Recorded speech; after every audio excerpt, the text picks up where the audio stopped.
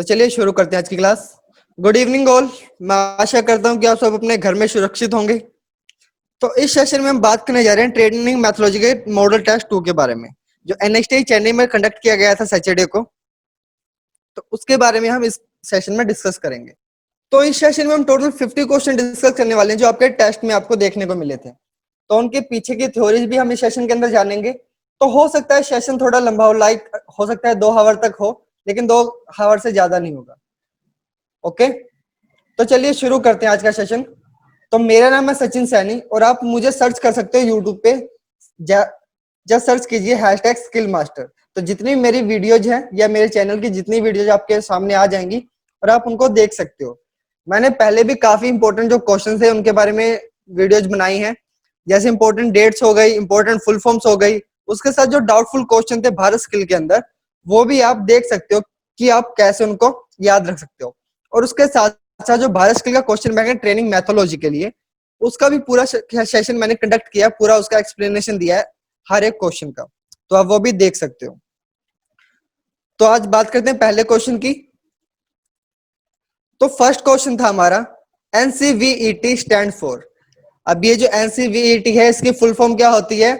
Option आपके screen पे 10 second का टाइम है आपके पास, जवाब दीजिए मुझे लाइव चैट बॉक्स में।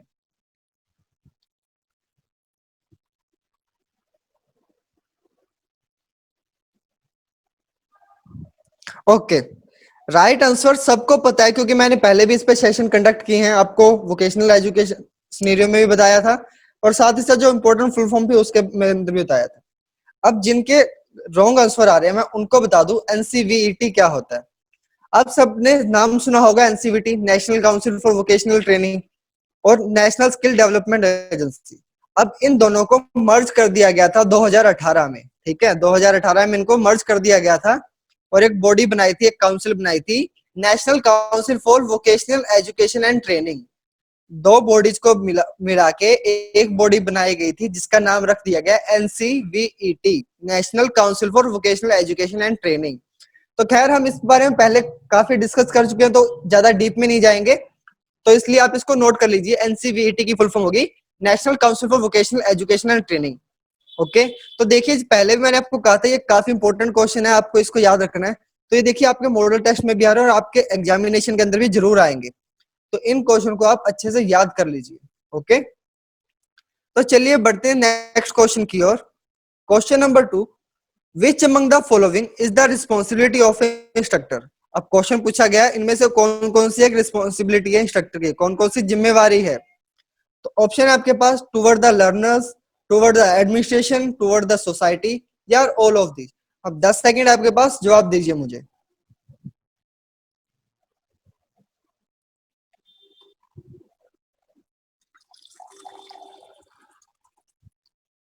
ओके, राइट आंसर, सभी आंसर सभी सही दिख रहे हैं। तो देखिए ये जो है रिस्पॉन्सिबिलिटीज, ये हमारे प्रीति मैम ऑलरेडी आपको करवा चुके हैं। अब जिसने वो सेशन नहीं देखा, आप हमारे यूट्यूब चैनल में जाके देख सकते हो, जो यूनिट 1 है वो कंप्लीट आपको करवा दी जा चुकी है, तो आप वो देख सकते हो। तो इसका आंसर क्या आएगा? Right answer all of these. All of these क्यों आएगा? क्योंकि जो इंस्ट्रक्टर रिस्पॉन्सिबिलिटी है वो ट्रेनिज के लिए भी है, कि कुछ जिम्मेदारियां हैं कि ट्रेनिज के प्रति ये मेरी जिम्मेवारी है। देन उसके बाद एडमिनिस्ट्रेशन, जैसे मान लो अगर आप आईटीआई में वर्क कर रहे हो ना, तो आईटीआई के जो एडमिनिस्ट्रेशन है यानी जो आईटीआई है उनके प्रति भी आपकी कुछ रिस्पॉन्सिबिलिटी है। ठीक है, एंड देन इंडस्ट्री, जो हमारी उद्योग है उनके प्रति भी आपकी कुछ रिस्पॉन्सिबिलिटी है कि किस तरह से बच्चों को अपने ट्रेन करना है। ठीक है, तो ये सब चीजें। देन सोसाइटी एंड नेशन, तो आपके देश के प्रति, आपके सोसाइटी के प्रति जहां आप रह रहे हो उसके प्रति भी इंस्ट्रक्टर की बहुत सारी जिम्मेवारियां बनती हैं। तो ये जिम्मेवारियां कौन सी हैं, ये सब आपको पहले बताया जा चुका है बहुत ज्यादा डिटेल में। इस सेशन को लंबा ना करते हुए मैं सिर्फ इतना बताऊंगा कि ये रिस्पॉन्सिबिलिटी एक इंस्ट्रक्टर की बनती है। अगर आपको जानना है कौन कौन सी रिस्पॉन्सिबिलिटी होती है, किसके प्रति कौन सी रिस्पॉन्सिबिलिटी आएगी, तो आप जो सेशन मैम ने कंडक्ट किया था वो देख सकते हो। Okay, then responsibility toward herself और हिमसेल्फ, ये भी रिस्पॉन्सिबिलिटी है किसकी? इंस्ट्रक्टर की।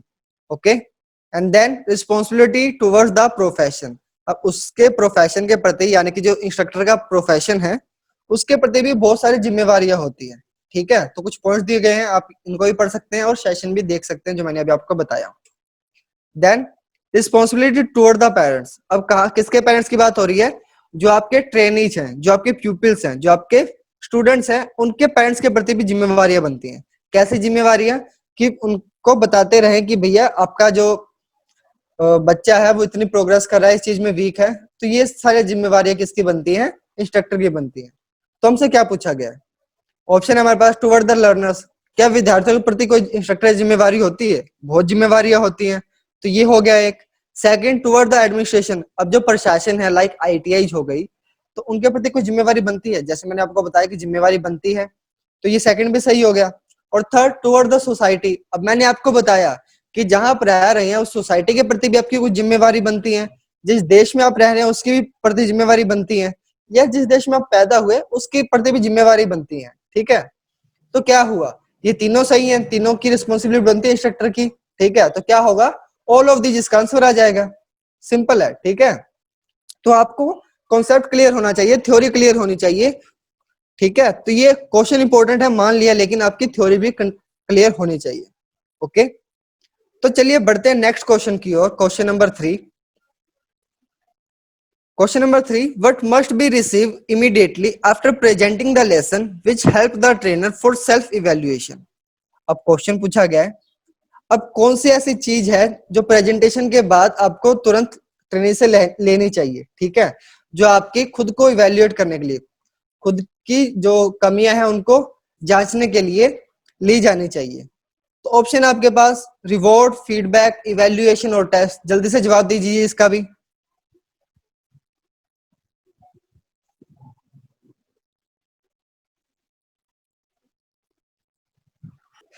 तो क्या राइट आंसर आएगा? राइट आंसर आएगा फीडबैक।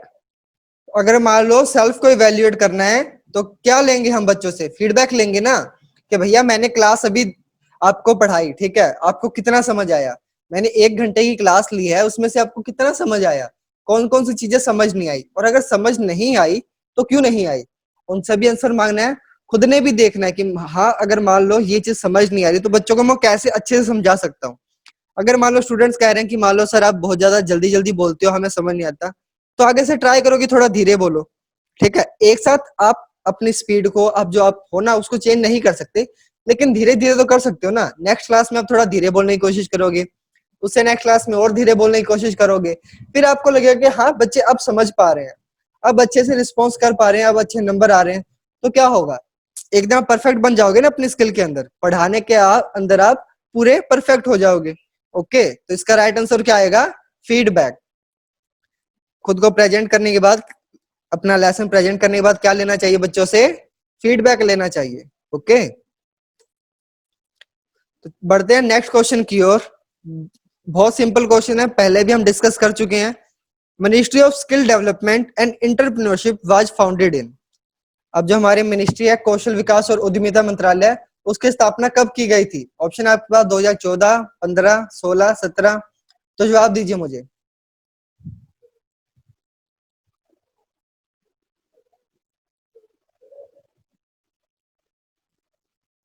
ऑल राइट, सभी के आंसर सही है, सबको पता है। हमारी जो मिनिस्ट्री है MSDE, ministry of skill development and entrepreneurship, कब स्थापना की गई थी? 2015 में। आपको मंथ याद रखने की जरूरत नहीं है, फॉर एग्जामिनेशन पर्पस आपको मंथ याद रखने की जरूरत नहीं है, सिंपल आप ईयर याद रखिए कि कौन से ईयर में इसकी स्थापना की गई थी।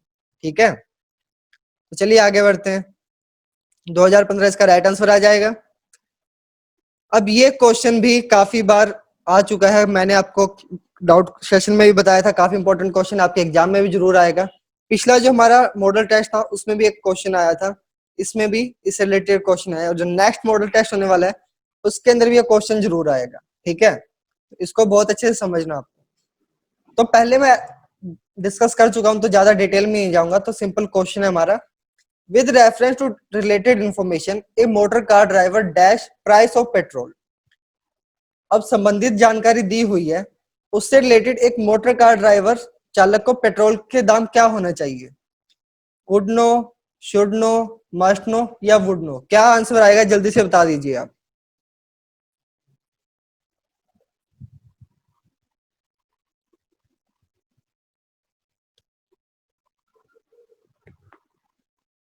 Okay, right answers. देखिए, ज्यादातर आपके राइट आंसर हैं, ठीक है। अब जिन्होंने जो मेरे पिछले सेशंस हैं, भले वो भारत स्किल के सेशंस हो, भले ही वो हम बात करें, जो सेशन मैंने डाउट सेशन बनाए थे कि जो जो आपके क्वेश्चन डाउटफुल क्वेश्चन है वो मैंने आपको समझाए थे बहुत अच्छी तरह से, लगभग 1 घंटे तक मैंने आपको क्वेश्चन समझाए थे, तो आप वो देख सकते हैं। तो क्या होगा, अब इसमें क्या है, पेट्रोल के दाम है वो तो बढ़ते रहते हैं ना, तो कुड नो नॉलेज में आ जाएगा कि भैया जो नॉलेज होती है जिसको हम अपडेट रखना चाहिए टाइम टू टाइम, तो कौन सी होती है, कुड नो नॉलेज होती है ना। तो सिंपल हमारा आंसर आ जाएगा कुड नो नॉलेज। ओके। अब जिनको नहीं पता मस्ट नो, शुड नो और कुड नो नॉलेज क्या होती है, आप पिछले सेशन देखिए, वहां पे मैंने आपको बहुत अच्छे से समझाया। ओके, तो चलिए आगे बढ़ते हैं नेक्स्ट क्वेश्चन की ओर। Question number 6, which is not category of apprentice. अब जो प्रशिक्षुता है हमारी अप्रेंटिस की, कौन सी श्रेणी नहीं है इनमें से। ऑप्शन दिए गए आपके पास 4, technician apprenticeship, post graduate, graduate और ट्रेड। तो आंसर दीजिए क्या आएगा इसका।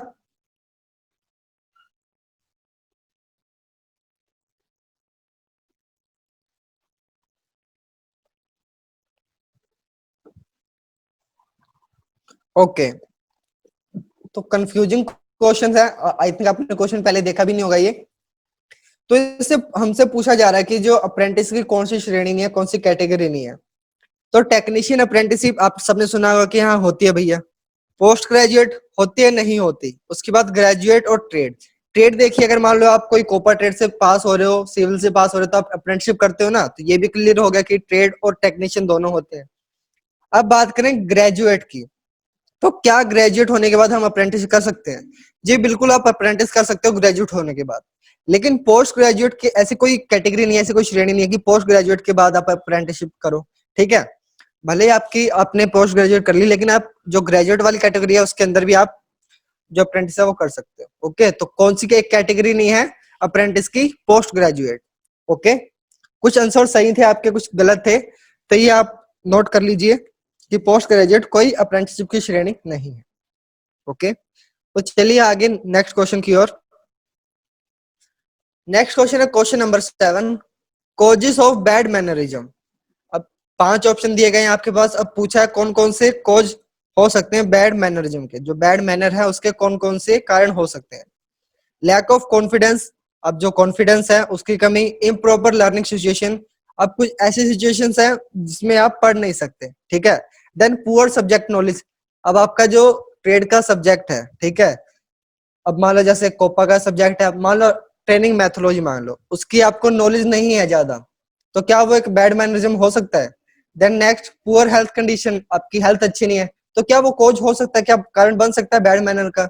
एंड देन नर्वसनेस, क्या आप नर्वस हो रहे हैं, तो क्या वो एक बैड मैनरिज्म है। तो आपके पास 4 ऑप्शन दिए गए हैं, 1 2 and 4, 1 2 3 and 5, 1 2 4 and 5, then 1 2 3 4 and 5। तो कौन सा राइट आंसर आएगा, ABCD मुझे आप बताइए।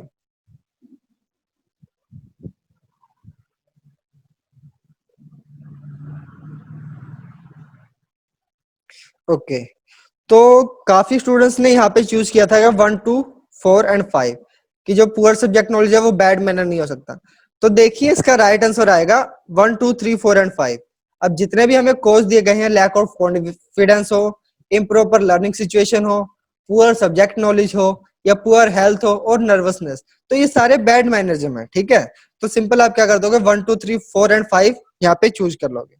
ओके, तो काफी क्वेश्चंस है जो आपको पढ़ने से समझ आते हैं। ठीक है, थोड़ा उन पे दिमाग लगाने से फिर पता चलता है क्या लैक ऑफ कॉन्फिडेंस कोई बैड मैनर हो सकता है, क्या कारण हो सकता है। हो सकता है, अगर मान लो कॉन्फिडेंस नहीं है तो आप बुरा व्यवहार कर रहे हो। ठीक है, आपकी जो हेल्थ है वो अच्छी नहीं है तो भी आप बुरा व्यवहार कर रहे हो। ठीक है, तो ये चीज आपको पढ़ने से समझ आएंगे। ओके, तो क्वेश्चन के हिसाब से आप आंसर दे सकते हो। Then question number 8, in learning psychology, skill is related to hand in the same way attitude is related to dash। अब जो मनोविज्ञान सीखने में स्किल हाथ से रिलेटेड है, मान लो कोई आप काम कर रहे हो तो हाथ से कर रहे हो ना, उसी तरह जो आपका एटीट्यूड है, रवैया है, वो किससे संबंधित होता है। ऑप्शन आपके पास हार्ट, हेड, आईज या ऑल ऑफ दीज। तो आंसर दे दीजिए मुझे अभी।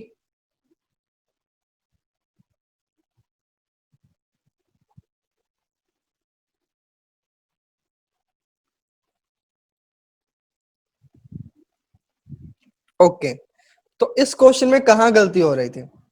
जो तो हमारी स्किल है वो हाथ से रिलेटेड है। स्किल किससे करते हैं? हाथ से ही तो करते हैं ना। लेकिन कुछ स्टूडेंट क्या कर रहे थे, इसमें ऑल ऑफ दिस सिलेक्ट कर रहे हैं। अभी भी बताया और पहले भी ऑल ऑफ दिस सिलेक्ट किया, तो क्या आएगा इसका राइट आंसर? हार्ट आएगा। ठीक है, राइट आंसर क्या आएगा? जो हमारा एटीट्यूड है वो हार्ट से रिलेटेड होगा ना। अब हमारे सिर से थोड़ा रिलेटेड होगा कि इसका सिर ऐसा है तो इसका एटीट्यूड चेंज हो जाएगा। अब एटीट्यूड किससे रिलेटेड होगा? हमारे हार्ट से रिलेटेड होगा, हमारे दिल से रिलेटेड होगा। ठीक है, तो ये आपने चीज क्लियर रखनी है कि अगर स्किल हार्ट से रिलेटेड है तो हमारे जो एटीट्यूड है वो हमारे हार्ट से रिलेटेड होगा, हमारे दिल से रिलेटेड होगा। ओके, तो चलिए बढ़ते हैं नेक्स्ट क्वेश्चन की ओर।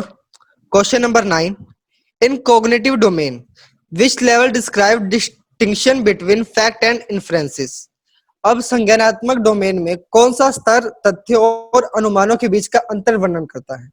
तो ऑप्शन दिए गए हैं आपके पास, knowledge, comprehension, application and analysis. तो आंसर दीजिए इसका।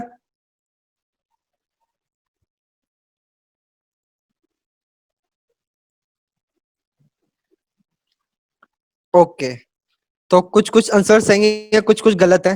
तो इसका जो राइट आंसर आएगा वो आएगा एनालिसिस। अब एनालिसिस क्यों आएगा, चलिए बताता हूं आपको।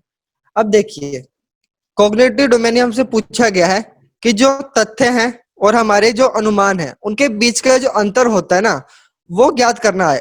कौन सा वर्णन होगा? ठीक है, बीच का अंतर कौन सा होगा?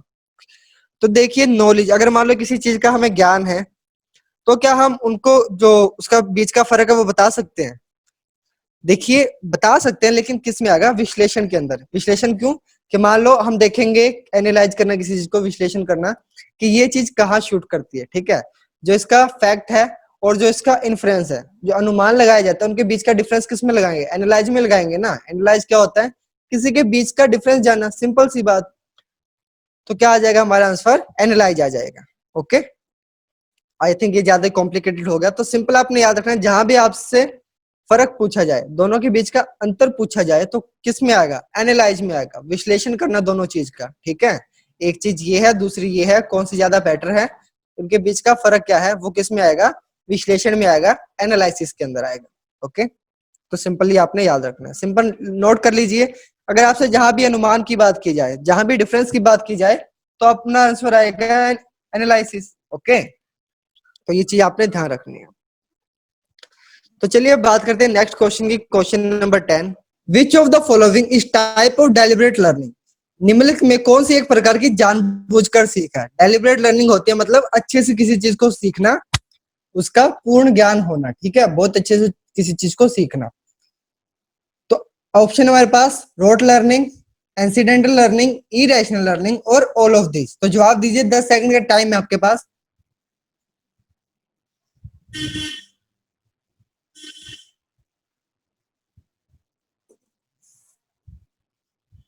ओके, तो क्या है, कुछ कुछ आंसर सही है, कुछ कुछ गलत है।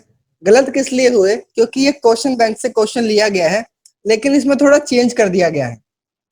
ऑप्शन है हमारे पास rote learning, incidental learning, irrational learning, all of this. अब भारत स्किल में जिसका आंसर था वो था इरेशनल लर्निंग। ठीक है, और यहाँ पूछा गया हमसे डेलिबरेट लर्निंग क्या होती है, लेकिन क्वेश्चन बैंक में हमसे पूछा गया था डेलिबरेट लर्निंग कौन सी नहीं होती, विच is not a type of deliberate learning. तो यहाँ बच्चे कंफ्यूज हो रहे हैं। तो देखिए, डेलिबरेट लर्निंग कौन सी होती है? रोट लर्निंग एक प्रकार की डेलिबरेट लर्निंग है। ठीक है, रोट लर्निंग क्या होती है? देखिए, रोट लर्निंग का मतलब होता है किसी चीज को रटना, अच्छे से रट लेना किसी चीज को। तो देखिए, मान लो आप किसी चीज को रट रहे हो, याद कर रहे हो, लेकिन उसकी समझ तो है ना आपको, पूरा उस चीज के बारे में आपको पता है, तभी आप उसको रट रहे हो। ठीक है, तो एक रोट लर्निंग भी किसी एक डेलिबरेट लर्निंग का एक टाइप होता है। लेकिन रोट लर्निंग एक टेक्निक है किसी चीज को जल्दी याद करना। ठीक है, किसी चीज को जल्दी याद करना, मान लो कोई आंसर आ रहा है, कोई आंसर पूछा गया आपसे, तो जल्दी से आप उसका जवाब दे सको, वो होता है रटना किसी चीज को। ठीक है, तो इसका जो राइट आंसर आएगा वो आएगा रोट लर्निंग। अब इंसिडेंटल लर्निंग क्या होती है? अगर मान लो आप जा रहे हो रास्ते से, ठीक है, तो क्या हुआ, आपका इंसिडेंट हो गया, तो आप आगे से याद रखोगे कि भैया अगर मैं रोड के बीच में चलूंगा तो मेरा एक्सीडेंट होगा। ठीक है, तो देखिए, जो सेकंड है हमारा इंसिडेंटल लर्निंग।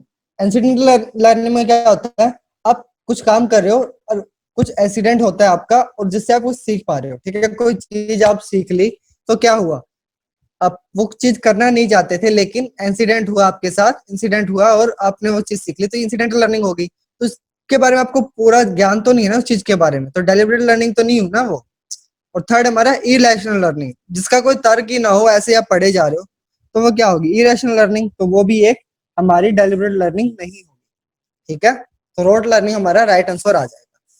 तो चलिए नेक्स्ट क्वेश्चन की बात करते हैं। अब उसके बाद बात करें हम क्वेश्चन नंबर 11 की। The behaviour enabling successful achievement of an act is known as. किसी अधिनियम की सफल उपलब्धि को सक्षम करने वाले व्यवहार को कहा जाता है। क्या कहा जाता है, मान लिया आपने कोई काम किया और आप उसमें सक्सेसफुल हुए, तो उस व्यवहार को आप क्या कहोगे। ठीक है, तो आपके पास ऑप्शन है, रिटेनिंग बनाए रखना, रिकलेक्शन अनुसरण मतलब किसी चीज को दोबारा याद करना, देन इंटेलिजेंस आपकी जो बुद्धि है, और लास्ट ऑप्शन इमोशन भावना। तो क्या आंसर आएगा, जवाब दीजिए।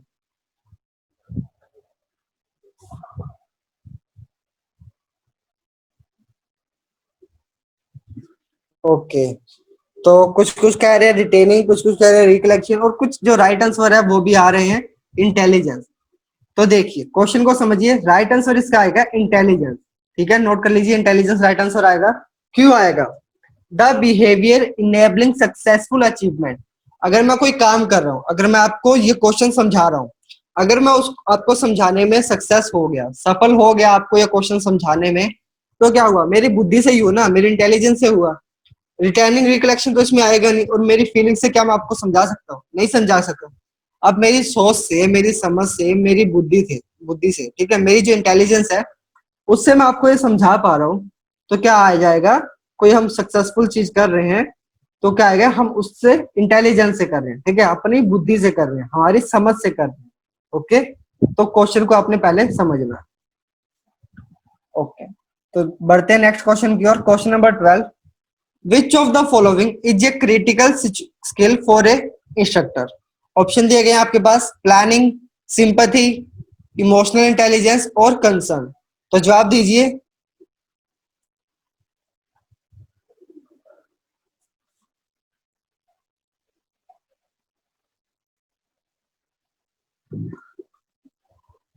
तो 10 सेकंड आपके पूरे हो गए। तो देखिए कुछ कुछ आंसर राइट है, कुछ कुछ गलत भी, और जो हमारा टेस्ट था उसमें भी काफी क्वेश्चन गलत थे ये। तो देखिए अभी यहाँ पूछा गया क्रिटिकल स्किल कौन सी है, ठीक है। तो देखिए हमारे पास जो चार ऑप्शन दिए गए हैं उनमें से स्किल कौन सी है, सिंपल हमने देख लेना है। किसी चीज को प्लान करना कोई स्किल है, जी हाँ बिल्कुल है। अगर मान लो आप लेसन प्लान बना रहे हो, उसकी प्लानिंग कर रहे हो, तो स्किल हुई ना। किसी के प्रति सहानुभूति प्रकट करना कोई स्किल है, जी नहीं बिल्कुल नहीं है। इमोशनल इंटेलिजेंस, क्या जो आपकी भावनात्मक है, जो आपकी भावनाएं हैं, वो क्या एक स्किल है, नहीं है। और उसके बाद कंसर्न, क्या चिंता करना किसी चीज की, क्या वो एक स्किल है, नहीं है। तो सिंपल सी बात, इंस्ट्रक्टर के लिए कौन सी क्रिटिकल स्किल होगी, प्लानिंग। ठीक है, तो सिंपल हम आंसर दे देंगे कि जो प्लानिंग है वो हमारा क्रिटिकल स्किल है एक इंस्ट्रक्टर के लिए। ओके, तो ये चीज आपने ध्यान रखनी है। तो बढ़ते हैं नेक्स्ट क्वेश्चन की ओर। Question number 13, question number 13, dash focuses on students growth, boosting confidence and promote problem solving and decision making. अब देखिए क्वेश्चन क्या है, कौन सी ऐसी चीज है जो छात्र के विकास पर ध्यान केंद्रित करता है, आत्मविश्वास बढ़ाता है और समस्या समाधान और निर्णय को बढ़ावा देता है, ठीक है, और बना रही है, यानी कि निर्णय को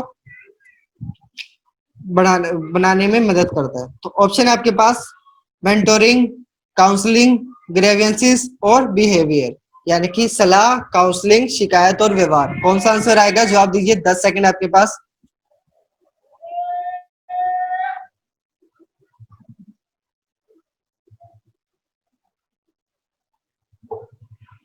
ओके, तो कुछ कुछ आंसर सही है, कुछ कुछ गलत भी हैं। तो राइट आंसर हमारा क्या आएगा, काउंसलिंग। अब काउंसलिंग क्या होता है, देखिए क्वेश्चन क्या है हमारा, dash focuses on student growth. तो क्या रखते हैं हम, counselling focuses on student growth. अब काउंसलिंग में क्या होता है, आप बच्चों की सपोर्ट करोगे, ठीक है, उसकी हेल्प करोगे, उनके साथ कम्युनिकेशन करोगे और उनकी प्रॉब्लम को भी सोल्व करोगे। जैसे मान लो आपके स्टूडेंट्स को कुछ प्रॉब्लम आ रही है कुछ स्किल से रिलेटेड, तो आप क्या करोगे, उनकी प्रॉब्लम सोल्व करोगे ना। अगर उनसे मान लो वो ड्राइंग करने जा रहे हैं तो उनसे ड्राइंग नहीं हो पा रही, तो क्या करोगे, उनको सिखाओगे बेटा देखो ऐसे पेंसिल को पकड़ना है और ऐसे करके लाइन लगानी है, ठीक है। तो क्या हुआ, आप उनकी मदद कर रहे हो ना। और उसके बाद मान लो जो कुछ प्रॉब्लम्स आ रही है उनको सोल्व कर रहे हो। अगर मान लो उनको समझ नहीं आ रहा कि आईटीआई के बाद मुझे क्या करना चाहिए, मेरे पास 6 अलग अलग ऑप्शन है। क्या मुझे डिप्लोमा में जाना चाहिए, क्या मुझे सीआईटीएस करना चाहिए, क्या मुझे अप्रेंटिसशिप करना चाहिए, या मुझे एक एंटरप्रेन्योर बनना चाहिए, या फिर मुझे कोई गवर्नमेंट जॉब की तैयारी करनी चाहिए। तो आप क्या करोगे, उनको सलाह दोगे ना डिसीजन मेकिंग के अंदर, उनके जो निर्णय ले रहे हैं उनमें आप मदद करोगे कि देखो बेटा तुम एक अच्छे तरह से चीजों को समझ पाते हो, दूसरों को भी अच्छे से समझा पाओगे, तो आप सीआईटीएस में जाइए, ठीक है। सीआईटीएस में जाओगे तो आपका फायदा होगा, आप वो अपना प्रोफेशन आपका अच्छा बनेगा। तो ये थी काउंसलिंग, ठीक है। तो चलिए बढ़ते हैं नेक्स्ट क्वेश्चन की ओर। Question number 14, stimulating the curiosity of learner regarding the knowledge of historical event of the Taj Mahal by showing its model picture. This act comes under the principle of। अब देखिए आपको पता है कि principal of learning है हमारे पास, ठीक है। कई प्रिंसिपल बने हुए हैं कैसे लर्निंग होती है। उसके अंदर क्या होता है, अब ताजमहल कोई टीचर शो कर रहा है, ठीक है, मॉडल शो कर रहा है, उसकी पिक्चर शो कर रहा है, तो ये एक्ट किस प्रिंसिपल के अंदर आएगा, ये हमसे पूछा गया है। तो कौन सा आएगा, principle of interest, principle of motivation, principle of creation and recreation, और principle of learning by doing. तो आंसर दीजिए, इसका राइट आंसर क्या आएगा।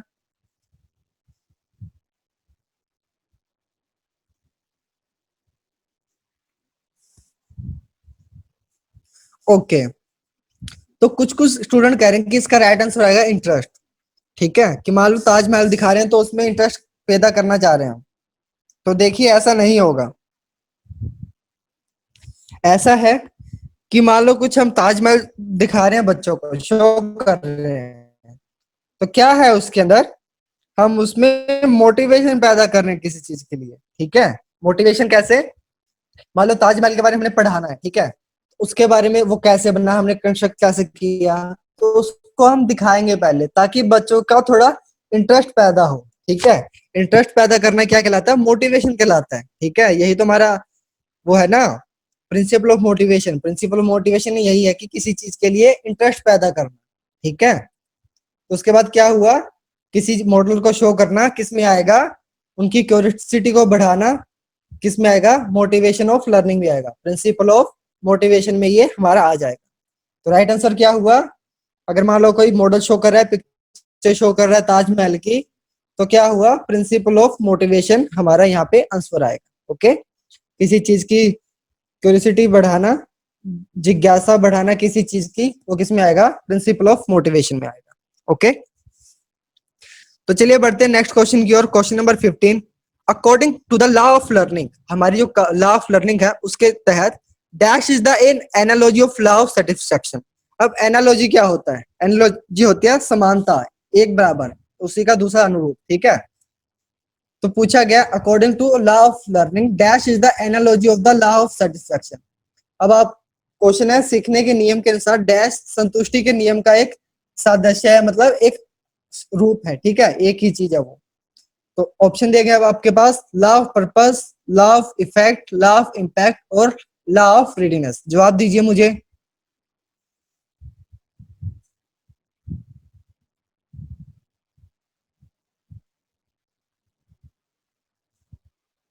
ओके, सबको पता है लॉ ऑफ सेटिस्फेक्शन और लॉ ऑफ डिससेटिस्फेक्शन किसके अंदर आता है, हमारा लॉ ऑफ इफेक्ट के अंदर। तो राइट आंसर क्या आ जाएगा, लॉ ऑफ इफेक्ट। अब लॉ ऑफ इफेक्ट को हम क्या कहते हैं, law of satisfaction and law of dissatisfaction, ठीक है। और हम कह सकते हैं law of pleasure and law of pain. तो ये सब हम कह सकते हैं, ये किस में आएगा, लॉ ऑफ इफेक्ट में आएगा। ओके, तो ये चीज आपने ध्यान रखनी है, नोट कर लीजिए, लॉ ऑफ इफेक्ट क्या होता है, लॉ ऑफ सेटिस्फेक्शन और या लॉ ऑफ डिससेटिस्फेक्शन, ठीक है। Okay, next question, question number 16, according to Maslow's hierarchy of needs the needs are classified into dash levels. अब पूछा गया जो मैस्लो ने हियरार्की बनाई थी, अनुक्रम बनाया था नीड्स का, उसमें कितने लेवल्स हैं? सिंपल क्वेश्चन है, सबको पता होना चाहिए। ऑप्शन आपके पास 3, 4, 5, 6, 3, 4, 5 और 6। जल्दी से जवाब दे दीजिए।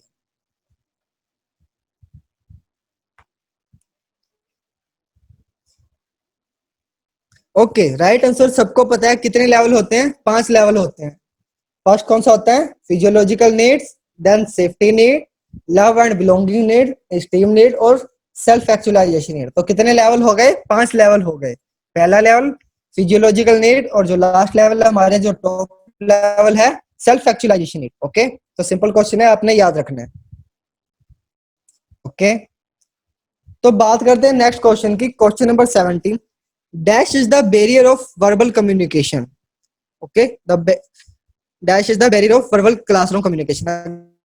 अगर मान लो आप क्लास कोई मौखिक संचार कर रहे हो, यानी कि आप बोल रहे हो, ठीक है, ऑडियो, आप ऑडियो के माध्यम से आप कोई संचार कर रहे हो क्लास के अंदर, तो उसका कौन सा बैरियर होगा, कौन सी एक बाधा होगी? तो ऑप्शन आपके पास क्लैरिटी, स्पष्टता, क्या एक बाधा हो सकती है? दूसरा ऑप्शन है अब नॉर्मल स्पीड ऑफ स्पीच, भाषा की असामान्य गति, क्या एक बाधा हो सकती है? थर्ड ऑप्शन है प्रॉपर प्रोनाउंसिएशन, अब किसी चीज का आप उचित उच्चारण कर रहे हो तो क्या एक बाधा हो सकती है? या फिर ये तीनों चीजें हमने जो बताई, क्या ये एक बाधा है कम्युनिकेशन के अंदर? तो जवाब दीजिए मुझे।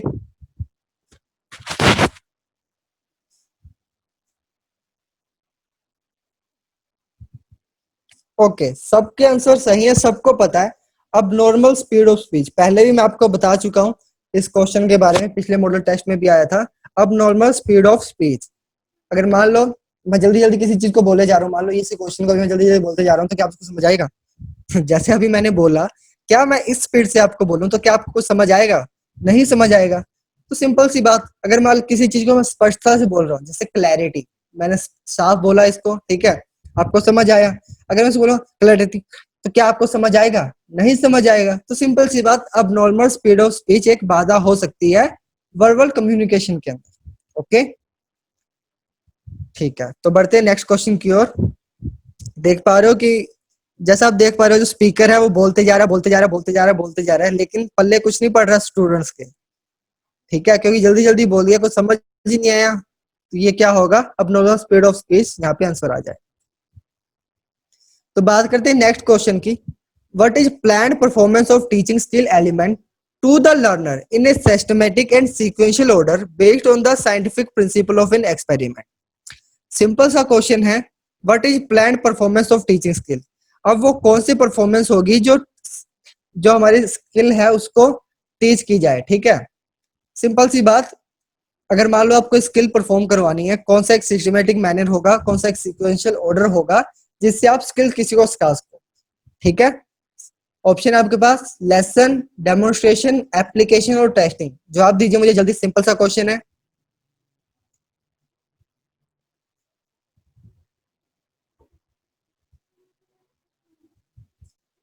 ओके, सबका आंसर सही है। सबको पता है, अगर हम स्किल सिखा रहे हैं किसी चीज किसी को, तो हम डेमोन्स्ट्रेशन के माध्यम से सिखाएंगे, ठीक है। अगर कोई जॉब करना सिखा रहे हैं, कोई मशीन यूज करना सिखा रहे हैं, कोई नई प्रोफाइल बनाना सिखा रहे हैं, तो क्या हम डेमोन्स्ट्रेशन नहीं करेंगे ना, उनको करके दिखाएंगे कि भैया ऐसे उसको यूज करना है, ऐसे स्किल को परफॉर्म करना है। और लेसन प्लान किस लिए यूज करते हैं? लेसन प्लान किसी नई नॉलेज को देने के लिए, किसी चीज का थ्योरेटिकल नॉलेज को देने के लिए लेसन प्लान का यूज करते हैं। और जो एप्लीकेशन और टेस्ट है वो तो एक 4 स्टेप मेथड है ना, उसका हिस्सा है। तो सिंपल सी बात, हमारा आंसर आ जाएगा डेमोन्स्ट्रेशन। तो देखिए, यहाँ पे कुछ बच्चे हैं जो रेती को घिस रहे हैं, ठीक है, या फिर जो भी प्रैक्टिकल यहाँ पे कर रहे हैं, तो उनके साथ यहाँ देख पा रहे जो इंस्ट्रक्टर हैं, तो इन्होंने पहले क्या किया, पहले डेमोन्स्ट्रेट करके दिखाया और अब इनके साथ है। क्या ये कोई गलती तो नहीं कर रहे? ठीक है, तो ये किस में आएगा? डेमोन्स्ट्रेशन में आएगा। तो चलिए आगे बढ़ते हैं नेक्स्ट क्वेश्चन की ओर। What is the function of syllabus? अब एक सिलेबस है, उसका फंक्शन क्या है? ऑप्शन दिया गया आपके पास, पढ़ सकते हैं आप। Informing student of the course goal and learning outcome, ये जो हमारा कोर्स है उसके क्या क्या गोल्स हैं, क्या क्या लक्ष्य हैं। उसके बाद सेकंड ऑप्शन है listening the topic to be addressed in the each class section. अब मान लो क्लासेस ली जा रही हैं, अब उसके अंदर कौन कौन से टॉपिक आपको पढ़ाए जाएंगे, कौन कौन से लेसन आपको संबोधित किए जाएंगे, बताए जाएंगे, क्या एक फंक्शन है सिलेबस का। थर्ड हमारा ग्रेडिंग सिस्टम एंड पॉलिसी। अब जो ग्रेडिंग पॉलिसी है, किस तरह से आपको नंबर दिए जाएंगे, तो क्या वो एक फंक्शन है सिलेबस का? जवाब दीजिए मुझे, 10 सेकंड का टाइम आपके पास।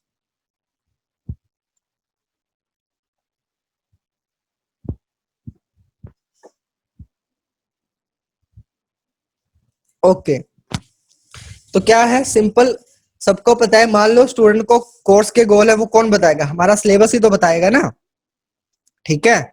अब उसके बाद कोई टॉपिक है, कौन कौन से टॉपिक हमें पढ़ाए जाने एक कोर्स के अंदर, वो भी तो हमें सिलेबस बताएगा। एंड देन अगर मान लो मैं टेस्ट ले रहा हूँ, ठीक है, जो फॉर्मेटिव असेसमेंट है, उसके तहत आपको कितने नंबर मिलेंगे, ठीक है, फाइनल असेसमेंट के आपको कितने नंबर मिलेंगे, क्या क्या पॉलिसीज है, क्या क्या कोर्स के अंदर आपको होगा, कौन बताएगा? वो सब सिलेबस ही तो बताएगा ना। तो सिलेबस के ये सब काम है, तीनों काम किसके हैं? सिलेबस के हैं। तो all of this simple answer आ जाएगा, ठीक है।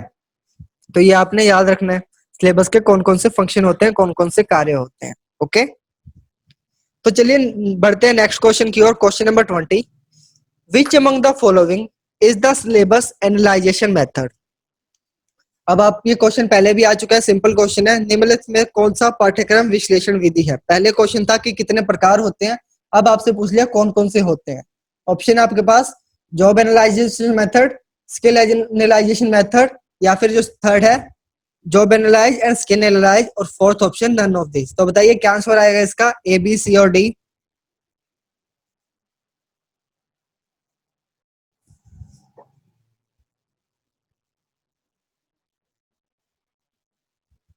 Okay, right answer job analyse, ठीक है, और उसके साथ साथ स्किल एनालाइज। तो दो मेथड होते हैं किसी सिलेबस को एनालाइज करने के, कौन कौन से? जॉब एनालाइज मेथड और स्किल एनालाइज मेथड। तो जो हमारा राइट आंसर है वो यहाँ पे सी आ जाएगा, ठीक है। तो आपने सी को यहाँ पे सिलेक्ट करना है, क्योंकि दोनों ये मेथड होते हैं किसी जॉब को, किसी सिलेबस को एनालाइज करने के लिए। ओके, तो आगे बढ़ते हैं नेक्स्ट क्वेश्चन की ओर। Question number 21, how many parts there are in outline of course? अब जो कोर्स है, पाठ्यक्रम है, उसकी रूपरेखा में कितने भाग होते हैं? सिंपल क्वेश्चन है, दो, तीन, चार या पांच? जवाब दीजिए।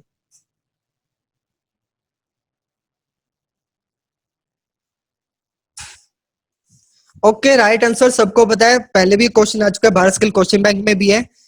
तो आउटलाइन कितनी होती है? सॉरी, यहाँ पे एक गलती से पांच लिख दिया, लेकिन कितना आंसर आएगा यहाँ पे? तीन आंसर आएगा। ओके, तो राइट आंसर हमारा कौन सा आएगा? थ्री। तीन आउटलाइन होती है तीन पार्ट होते हैं एक कोर्स की आउटलाइन के। ओके, तो जो मैं पीडीएफ आपको प्रोवाइड करूंगा उसमें ये राइट आंसर लिख दूंगा कि थ्री आपका आंसर आएगा। Okay, then question number 22, an ADDIE model I stands for? अब एडी की फुल फॉर्म सबको पता होना चाहिए, जल्दी से जवाब दे दीजिए। आई किस, क्या स्टैंड करता है? आई की फुल फॉर्म क्या होती है, बताइए मुझे।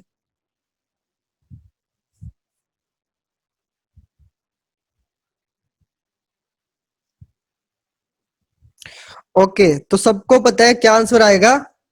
इम्प्लीमेंटेशन। एडी की फुल फॉर्म क्या होती है? Analyse, design, development, implementation, then evaluation. हम काफी बार डिस्कस कर चुके हैं एडी, तो ज्यादा डीप में नहीं जाएंगे। सिंपल ई क्या आएगा, आई सॉरी, आई क्या आएगा? इम्प्लीमेंटेशन। ओके, तो आप स्क्रीनशॉट ले सकते हैं या फिर लिख भी सकते हैं एडी की फुल फॉर्म। ओके, तो चलिए बात करते हैं नेक्स्ट क्वेश्चन की। Question number 23, what are generally used to teach basic skills? अब आमतौर पर बुनियादी कौशल सिखाने के लिए क्या किया जाता है? तो ऑप्शन है आपके पास, इंफॉर्मेशन शीट दी जाती है, या ऑपरेशन शीट दी जाती है, या हमें असाइनमेंट शीट दी जाती है, या फिर जो एक्सरसाइज बुक है वो प्रोवाइड करवाई जाती है स्किल सिखाने के लिए। सिंपल क्वेश्चन है, जवाब दीजिए।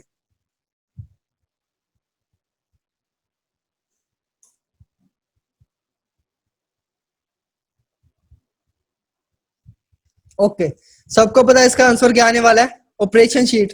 क्योंकि हम मान लो हमने डेमोन्स्ट्रेशन प्लान बना लिया, वो किसके लिए बनाया? एज ए इंस्ट्रक्टर हमने खुद के लिए बनाया ना, कि हाँ भैया मेरे को क्या क्या चीज सिखानी है, क्या क्या चीज बतानी है। अपनी हेल्प के लिए डेमोन्स्ट्रेशन प्लान हमने बना लिया।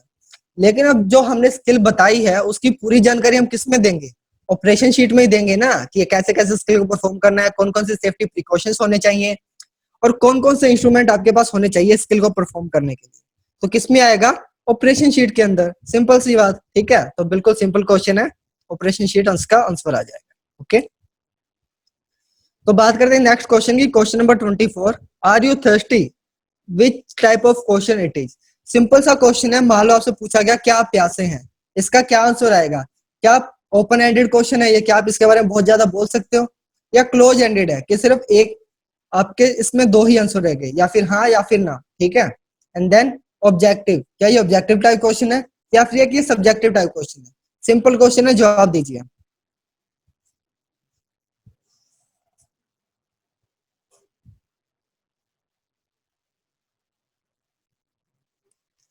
ओके, तो क्या आएगा इसका आंसर? Close ended. देखिए जो हमारी प्रीति मैम है, उन्होंने भी लेसन कराया था क्वेश्चन एंड क्वेश्चन टेक्निक के अंदर। उन्होंने आपको बताया था कि क्वेश्चन बहुत इंपॉर्टेंट है आपके जो आपके एग्जाम उसमें भी आ सकते हैं। तो उन्होंने क्या बताया था, क्लोज एंडेड क्वेश्चन कौन से होते हैं जिसमें ये हाँ और ना का जवाब दिया जाए। अगर मान लो आपसे कोई क्वेश्चन पूछता है, आर यू थ्रस्टी, क्या आप प्यासे हैं, तो आप क्या जवाब दोगे? यही कहोगे ना, हाँ भाई मैं प्यासा हूँ, या फिर कहोगे नहीं मुझे प्यास नहीं। तो यस और नो के अंदर आपके आंसर आ गए, तो इसमें आप बहुत ज्यादा बोल नहीं सकते, ठीक है। तो क्या हुआ, ये एक ओपन एंडेड क्वेश्चन हो गया।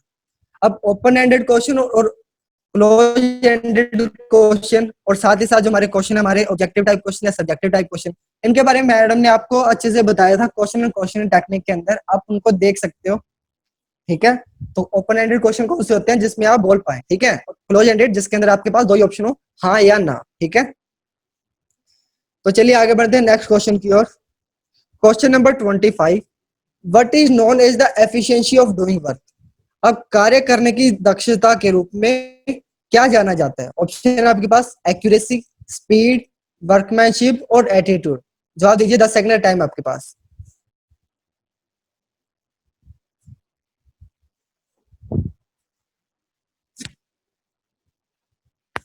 ओके, टाइम पूरा हो गया। कुछ कुछ क्वेश्चन आंसर जो आपके सही हैं, कुछ कुछ गलत भी हैं। तो देखिए, एफिशिएंसी ऑफ डूइंग वर्क क्या आएगा? Workmanship. Efficiency in the workplace is defined by the work और task completed in a single work day by a single employ. तो वर्कमैनशिप इसका राइट आंसर आ जाएगा, ठीक है। Efficiency of doing work is known as workmanship. अगर कोई कार्य कर रहे हो ना आप अपने वर्कशॉप के अंदर, तो वो क्या आएगा? वर्कमैनशिप ही आएगा ना, ठीक है। Efficiency of doing work is called workmanship.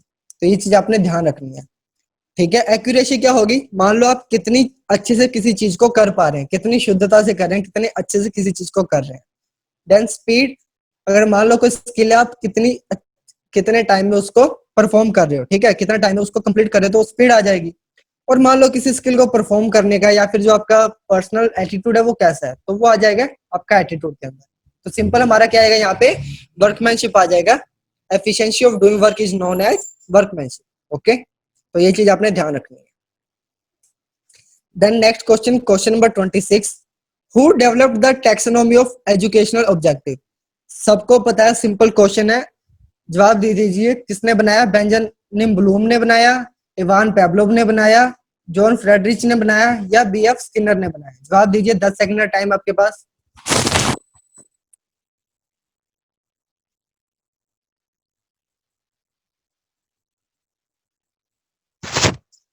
Okay, तो सबको पता है किसने बनाया? बेंजामिन ब्लूम ने, ठीक है। तो देखिए जो बेंजामिन ब्लूम थे, ऐसा नहीं था कि इन्होंने अकेले ने ही जो टैक्सोनॉमी है वो बनाई थी। तो एक कमेटी थी जिसका काम था जो टैक्सोनॉमी को बनाना। उसका उसको जिसने लीड किया वो थे बेंजामिन ब्लूम, ठीक है। तो उसके लीड करने वाला का नाम था बेंजामिन ब्लूम। तो इनके नाम से ही इस थ्योरी को माना जाता है, इस टैक्सोनॉमी को माना जाता है, ठीक है। तो सिंपल सी बात अगर आपसे पूछा जाए, टैक्सोनॉमी किसने बनाई थी, किसने डेवलप की थी? बेंजामिन ब्लूम ने ये डेवलप की थी, ये आपने आंसर देना है, ओके। तो इसके बारे में डिटेल में हम किसी और दिन जानेंगे, ठीक है। फिलहाल इन क्वेश्चन पे हम डिस्कस करते हैं।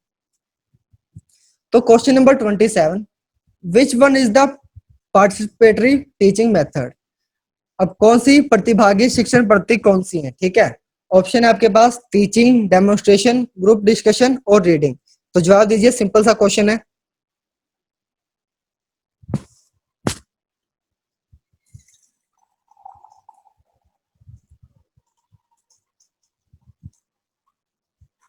ओके, तो इसका राइट आंसर क्या आएगा? ग्रुप डिस्कशन, ठीक है। अब हमसे एक पूछा गया है कि मान लो पार्टिसिपेटरी टीचिंग मेथड कौन सा होता है? क्या लेक्चर मेथड क्या पार्टिसिपेटरी है? आप किसी को भाषण दे रहे हो, आप बोले जा रहे हो सुन नहीं रहे हो किसी की, तो क्या पार्टिसिपेटरी हो गया? क्या हमारी उसके अंदर दोनों की इन्वॉल्वमेंट है? नहीं होगी, क्योंकि आप तो लेक्चर दे रहे हो ना। और डेमोन्स्ट्रेशन क्या होता है? आप किसी स्किल को करना सिखा रहे हो, अब उनसे डिस्कस थोड़ी ना कर रहे हो कि भैया कैसे मैं इसको करूं, नहीं होगा ना। अब उसके बाद ग्रुप डिस्कशन। अब जब आप ग्रुप में डिस्कस कर रहे हो कि मान लो किसी चीज को कैसे किया जाए, तो वो क्या होगी? दोनों की पार्टिसिपेशन होगी ना।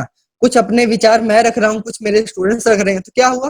ग्रुप डिस्कशन हो गया, पार्टिसिपेटरी हो गया, ठीक है, कि दोनों की भागीदारी है इसके अंदर, किसी चीज को सीखने के अंदर, ठीक है। और रीडिंग सिंपल, आप किसी चीज को रीड करोगे, पढ़ोगे, तो राइट आंसर क्या आ जाएगा हमारा? Group discussion is participatory teaching method. Okay, तो ये आपने नोट कर लेना है। तो चलिए आगे बढ़ते हैं नेक्स्ट क्वेश्चन की ओर। Question number 28, what is the primary role of a instructor for student who have been recently promoted to a higher class? अब हाल ही में उच्च श्रेणी में पदोन्नत किए गए छात्रों के लिए एक प्रशिक्षक की प्राथमिक भूमिका क्या है? सिंपल सी बात, अगर मान लो आपके जो स्टूडेंट हैं, आप आईटीआई के अंदर आए हैं 10th क्लास या +2 क्लास से, तो आपकी पहले जिम्मेवारी क्या होगी? तो ऑप्शन है आपके पास, connect new knowledge using their previous knowledge, give new knowledge and skill and is defined by syllabus, test previous knowledge before starting the new class, और connect and bond with the new student. तो answer दीजिए।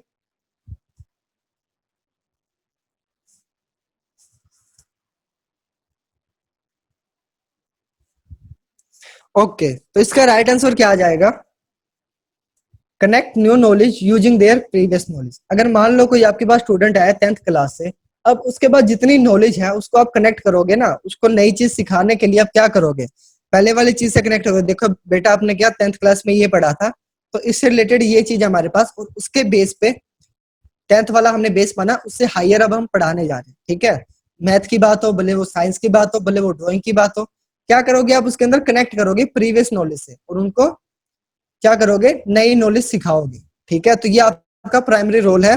अगर कोई नया student आया है तो उसको पुरानी नॉलेज से उसकी नई नॉलेज को कनेक्ट करना। ओके, तो ये चीज आपने ध्यान रखनी है।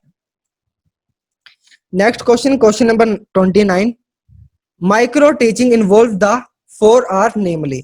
अब इसके अंदर पूछे गए हैं कौन कौन से 4 R होते हैं, ठीक है। तो ऑप्शन है आपके पास, रिकॉर्डिंग, रीटीचिंग, रीटेक और रीडूइंग। सेकंड है आपके पास, रिकॉर्डिंग, रीटीचिंग, रीडिस्कशन और redoing. And then recording, redoing, retake, then reteaching. और fourth option, recording, reteaching, rediscussion और रीप्लानिंग। ठीक है, 10 सेकंड आपके पास, सही आंसर दीजिए ABCD के तौर पे।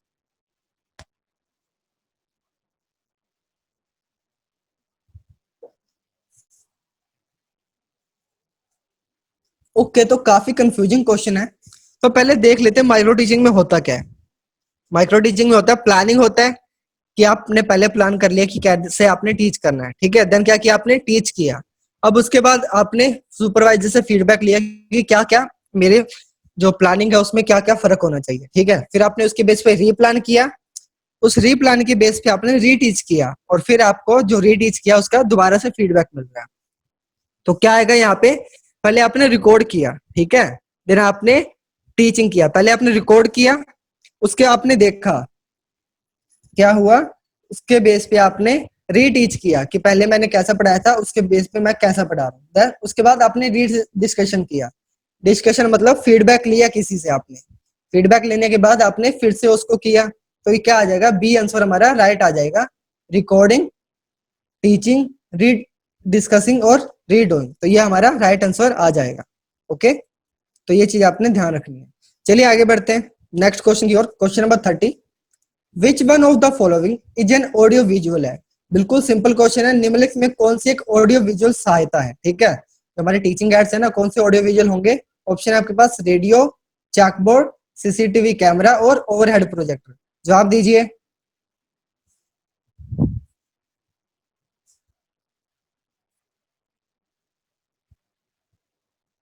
ओके, सबको पता है राइट आंसर क्या होगा हमारा? CCTV camera. Audio visual add कौन से होते हैं? जिनके अंदर आवाज भी आए और हमें दिखाई भी दे, तो वो कौन से होते हैं? Audio visual add.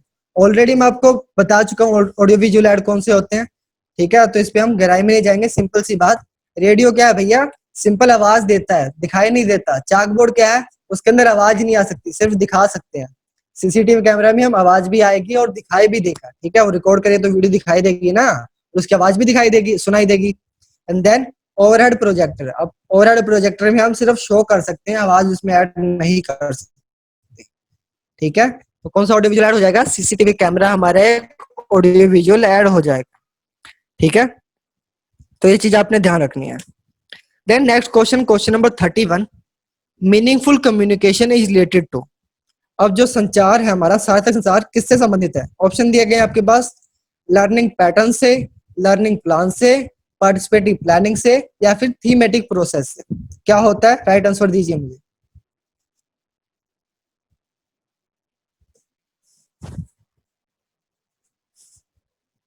Okay, time आपका पूरा हुआ, तो इसका राइट आंसर क्या आएगा, पार्टिसिपेटरी प्लानिंग। अगर मान लो क्या पूछा गया, मीनिंगफुल कम्युनिकेशन, अगर मान लो कुछ मीनिंगफुल हो, उस चीज का कोई मतलब बने, ठीक है, हम कम्युनिकेशन कर रहे हैं तो उसका कोई मतलब है ना। क्या हम, आप मुझे, मैं आपसे क्वेश्चन पूछ रहा हूँ, आप जवाब दे रहे हो मुझे, उसके बाद उसका अगर आपको राइट आंसर नहीं पता तो मैं राइट आंसर बता रहा हूँ, उसकी जो थ्योरेटिकल नॉलेज है वो मैं आपको दे रहा हूँ, तो क्या हुआ, पार्टिसिपेटरी प्लानिंग हो गई ना। तो ऑप्शन के हिसाब से हमारा क्या राइट आंसर आ जाएगा, पार्टिसिपेटरी प्लानिंग हमारा राइट आंसर आ जाएगा, ठीक है। हम किसी चीज की प्लानिंग बना रहे हो, एक ग्रुप के अंदर कम्युनिकेशन कर रहे हो, ठीक है, तो क्या आएगा, पार्टिसिपेटरी प्लानिंग हमारा राइट आंसर आ जाएगा, सी ऑप्शन, ओके। तो चलिए आगे बढ़ते हैं नेक्स्ट क्वेश्चन की ओर, question number 32, in WIM what does M stand for. अब WIM में M का क्या मतलब होता है, जवाब दीजिए, सिंपल क्वेश्चन है, मनी, मटेरियल, मार्कर और नन ऑफ दीज।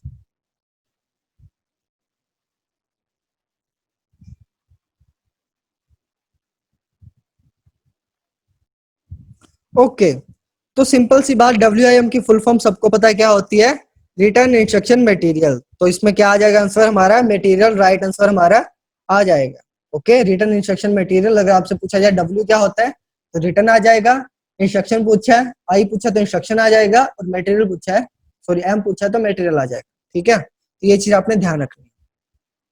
चलिए आगे बढ़ते हैं, question number 33, which is not a direct method of assessment. अब मूल्यांकन का एक सीधा तरीका कौन सा नहीं है, चार ऑप्शन दिए गए हैं आपके पास, इसमें से बताना है कौन सा एक राइट तरीका नहीं है, सीधा तरीका नहीं है। टेस्ट लेना, उसके बाद असेज बनाना, निबंध लिखना, देन सर्वेज और प्रेजेंटेशन। तो कौन सा एक राइट मेथड नहीं है, कौन सा एक सीधा तरीका नहीं है, आंसर दीजिए मुझे।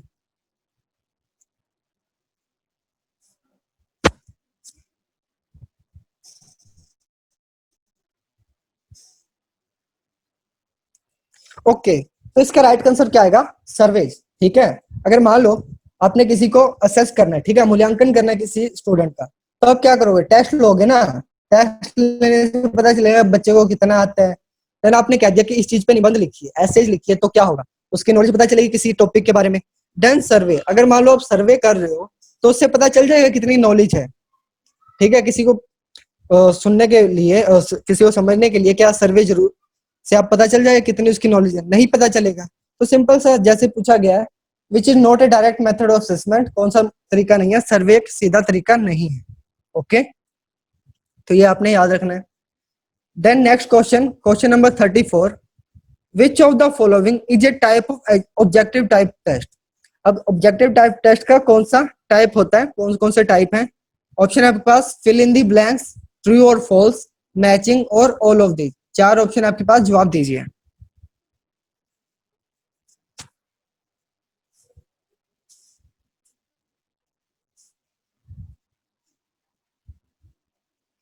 ओके, तो आप सबको पता है ऑब्जेक्टिव टाइप कौन कौन से होते हैं।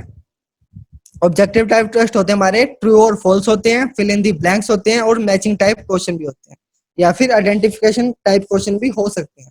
तो राइट आंसर क्या आ जाएगा हमारा, चारों तीन ऑप्शन दिए हुए हैं, फिल इन दी ब्लैंक्स भी आते हैं, ट्रू और फॉल्स भी आते हैं, and then matching type option भी हमारे किस में आते हैं, ऑब्जेक्टिव टाइप टेस्ट के अंदर आते हैं। तो आंसर क्या आ जाएगा, ऑल ऑफ दीज हमारा राइट आंसर आ जाएगा, ओके।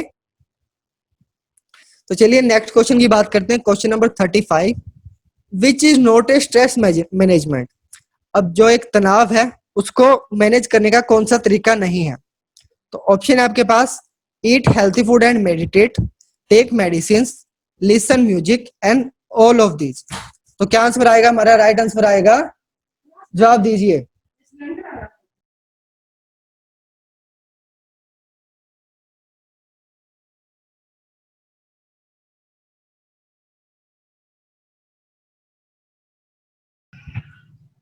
ओके, तो टाइम आपका पूरा हो चुका है। तो देखिए, आंसर कुछ कुछ सही है, कुछ कुछ गलत है। तो देखिए क्या होगा, कौन सा स्ट्रेस मैनेजमेंट नहीं है। तुम्हारा क्या आएगा आंसर, राइट आएगा मेडिसिन। अगर मान लो आप स्ट्रेस को कम करने के लिए मेडिसिन खा रहे हो तो एक अच्छा तरीका नहीं है अपने स्ट्रेस को मैनेज करने का। स्ट्रेस को मैनेज करने के लिए हेल्थी खाना खाइए, ठीक है, मेडिटेट कीजिए, ध्यान लगाइए, ठीक है, ध्यान केंद्रित कीजिए, खुद के लिए टाइम निकालिए। एक तरीका है स्ट्रेस को मैनेज करने का। देन लिसन टू म्यूजिक, ठीक है, जो हमारा संगीत है उसको सुनिए। तो क्या होगा, उससे आपका स्ट्रेस कम होगा, आपका ध्यान इधर उधर थोड़ा जाएगा तो आपका स्ट्रेस कम होगा। लेकिन मेडिसिन खाना एक स्ट्रेस मैनेजमेंट का एक अच्छा तरीका नहीं है, ठीक है। तो चलिए आगे बढ़ते हैं नेक्स्ट क्वेश्चन की ओर। Question number 36, which one is the fourth level of Kirkpatrick's model. अब जो किर्कपैट्रिक का मॉडल है उसका कौन सा चौथा लेवल है। तो ऑप्शन है हमारे पास इम्पैक्ट, बिहेवियर, लर्निंग और रिएक्शन। तो जवाब दीजिए क्या इसका राइट आंसर आएगा।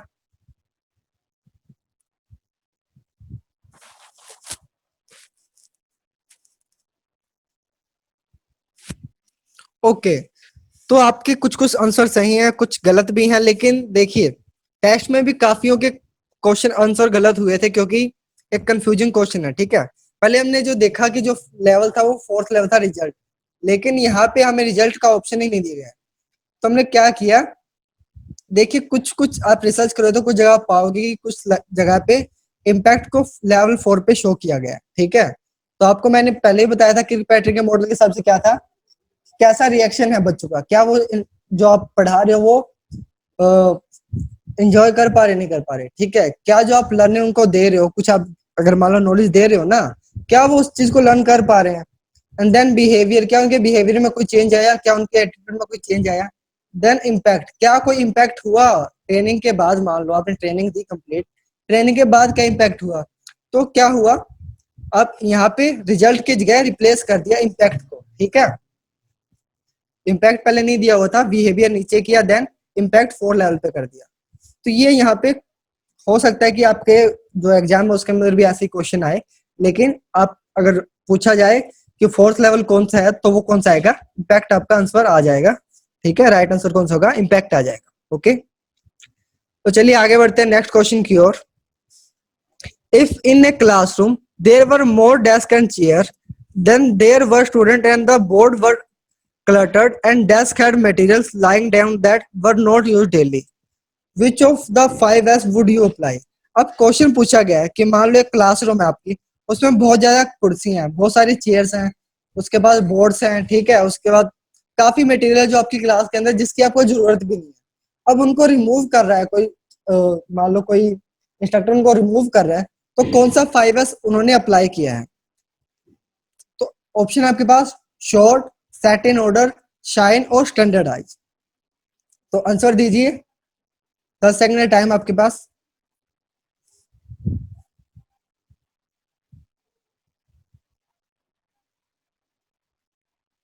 ओके, तो इसका राइट आंसर क्या आएगा, शॉर्ट आएगा। तो अब जिनको पता है 5s क्या होता है उनका आंसर राइट आएगा, लेकिन जिनको नहीं पता कि 5s होता क्या है, तो देखिए मैं आपको क्लियर करता हूँ, मैं पहले भी बता चुका हूँ लेकिन फिर से क्लियर करता हूँ। शॉर्ट क्या होता है, keep only the necessary item in the work place. अब क्वेश्चन क्या है, मान लो जो बहुत सारा हमारे डेस्क है, चेयर है, कुर्सियां, टेबल है, बहुत सारा सामान है जो यूज भी नहीं होने वाला हमारी क्लास के अंदर, तो हम क्या करेंगे, उनको निकाल के बाहर रख देंगे, स्टोर रूम में रख देंगे या फिर कहीं पे स्टोर वाले को वापसी दे देंगे, ठीक है। तो क्या होगा, ये शॉर्ट हुआ ना, keep only the necessary item. जितने डेस्क की हमें जरूरत थी, जितने चेयर की हमें जरूरत थी, जितने टेबल की हमें जरूरत थी, हमने उतने रख लिए। जैसे मान लो 24 स्टूडेंट थे, 24 टेबल रख ली, 24 चेयर रख ली, बस सिंपल सी बात। तो क्या हुआ, जो जरूरी चीजें थी उनको हमने कहाँ रखा, अपनी क्लास के अंदर रखा। Okay, then set in order.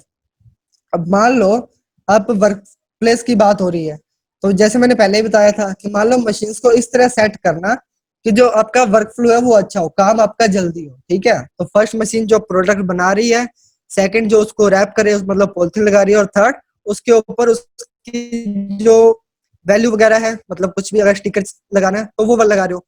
इस तरह से अगर आप मशीन को सेट करोगे तो क्या होगा, आपका काम जल्दी हो जाएगा। तो ये आएगा सेट इन ऑर्डर। अब हो सकता है क्वेश्चन एग्जाम में ऐसा आ जाए कि मान लो आप मशीन को एक ऑर्डर में, मतलब एक तरीके से लगा रहे, तो क्या आएगा उसका, शॉर्ट आएगा, सेट इन ऑर्डर आएगा, शाइन आएगा या स्टैंडर्ड आ जाएगा। तो वहां पे आपने सेट इन ऑर्डर सेलेक्ट कर लेना, ठीक है। देन 5S में क्या होता है, clean the work area so it it is neat and TD. अब मान लो सफाई बेहद जरूरी है ना, किसी भी चीज अगर मान लो कोई चमक रही है, ठीक है, मान लो कोई मशीन है बहुत पुरानी है, सफाई नहीं की आपने, उसकी मरम्मत नहीं की, उसका रेगुलर मेंटेनेंस नहीं हो रही है। अब मान लो आप देखोगे यार ये क्या है, मिट्टी लगी हुई है इसमें, मैं क्या तो काम करूं, पहले उसको सफाई करूंगा, उससे अच्छा मैं ना ही करूं तो उससे क्या मूड खराब हो जाता है आपका, ठीक है, काम करने का मूड खराब हो जाता है। सिंपल। तो आपकी जो चीजें हैं उनको साफ रखना भी बेहद जरूरी है। आपकी क्लास, आपकी वर्कशॉप, उनको साफ रखना भी बहुत जरूरी है, जो एक 5S कंसेप्ट के अंदर भी आता है। ओके। Then next, standardise. अब set standard for a consistently organised workplace. अब आपने पहले स्टैंडर्ड बना देने हैं कि भैया 9 बजे के बाद एंट्री नहीं होगी आपकी क्लास के अंदर, 9:30 के बाद आपकी मैं अटेंडेंस नहीं लूंगा, ठीक है। उसके बाद 1 बजे से पहले आपने लंच नहीं करना, और 1 से लेके 1:30 बजे तक, यानी कि 1:30 तक आप लंच कर सकते हो, उसके बाद आप लंच नहीं कर सकते, ठीक है। तो 10 बजे डेली मेरी थ्योरी की क्लास होगी, और उसके बाद प्रैक्टिकल हमारा पूरा दिन चलेगा। तो पहले आपने स्टैंडर्ड बना दिया ना कि इस टाइम पे ये चीजें होनी है, पहले आपने सेट कर दिया, ठीक है। तो ये किस में आएगा, स्टैंडर्डाइज में आएगा, ठीक है। टाइम टेबल बनाना, ये सब किस में आएगा, स्टैंडर्डाइज में आएगा। देन नेक्स्ट बात करें सस्टेन की, maintain and review the standard. अब आपने जो स्टैंडर्ड बना दिए कि भैया 9 बजे के बाद आपकी क्लास में एंट्री नहीं होगी, उसके बाद 9:30 बजे के बाद मैं आपकी अटेंडेंस नहीं लूंगा, 1 बजे से पहले आप खाना नहीं खा सकते, ठीक है, 1:30 बजे के बाद आप लंच कर नहीं सकते, और उसके बाद मेरी जो क्लास है 10 बजे होगी, उसके बाद 1 घंटे क्लास चलेगी, और उसके बाद आपने प्रैक्टिकल करना है। ये आपने स्टैंडर्ड बना दिया, लेकिन उसको रिव्यू भी तो करना है ना, उसको बनाए भी रखना है कि बच्चे फॉलो करे उसको। कुछ जो शरारती तबका फॉलो नहीं करे तो उसको फॉलो करवाना है। और मान लो आपको लगे कि बच्चे इसको फॉलो नहीं कर पाएंगे और ये कुछ गलत है, जैसे मान लीजिए कि काफी ठंड के मौसम में क्या होगा, बच्चे 9 बजे टाइम पे नहीं पहुंच पा रहे हैं, कोई प्रॉब्लम हो सकती है, बसेस की प्रॉब्लम हो सकती है, व्हीकल की प्रॉब्लम हो सकती है, और धुंध की प्रॉब्लम रहती है, तो हो सकता है जो आपकी बसेस हैं वो धीरे चले, व्हीकल धीरे चले। तो आपने क्या करना है, उसको रिव्यू करना है कि भैया ठंड के मौसम में 2 महीने 3 महीने हम क्या करते हैं, कॉलेज का टाइम, क्लास का टाइम हम कर देते हैं 10 बजे, कि 10 बजे तक आप आ सकते हो, 10:30 बजे मैं अटेंडेंस लूंगा, और 11 बजे से हम क्लास शुरू करेंगे, 11 से 12 क्लास लेंगे, और आप जो अपना खाना है वो 1 से 1:30 खा सकते हो, ठीक है, खाने का टाइम तो चेंज नहीं करोगे ना, 1 से 1:30 खाना खा सकते हो, उसके बाद हम पूरा प्रैक्टिकल करें। तो इन जो आपने स्टैंडर्ड बना दिए उसको आपने मेंटेन भी करना है, और उसको रिव्यू भी करना है, क्या उसके अंदर कोई चेंजेस हो सकते हैं।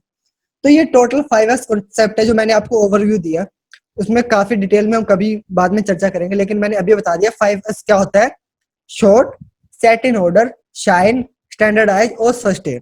काफी इंपॉर्टेंट है, आपको पता होना चाहिए एग्जामिनेशन पर्पज से भी, और आपके एज इंस्ट्रक्टर भी आपको ये चीज पता होनी चाहिए। ओके, तो ये चीज आपने ध्यान रखनी है। तो चलिए बढ़ते हैं नेक्स्ट क्वेश्चन की ओर। Question number 38, in machine start button is basically in dash colour. सबको पता है, मान लो जो मशीन्स है उसमें किसी चीज को स्टार्ट करने के लिए कौन से कलर का बटन लगाया जाता है, red colour, green colour, yellow colour या फिर ब्लू कलर। जवाब दीजिए मुझे, 10 सेकंड का टाइम आपके पास है।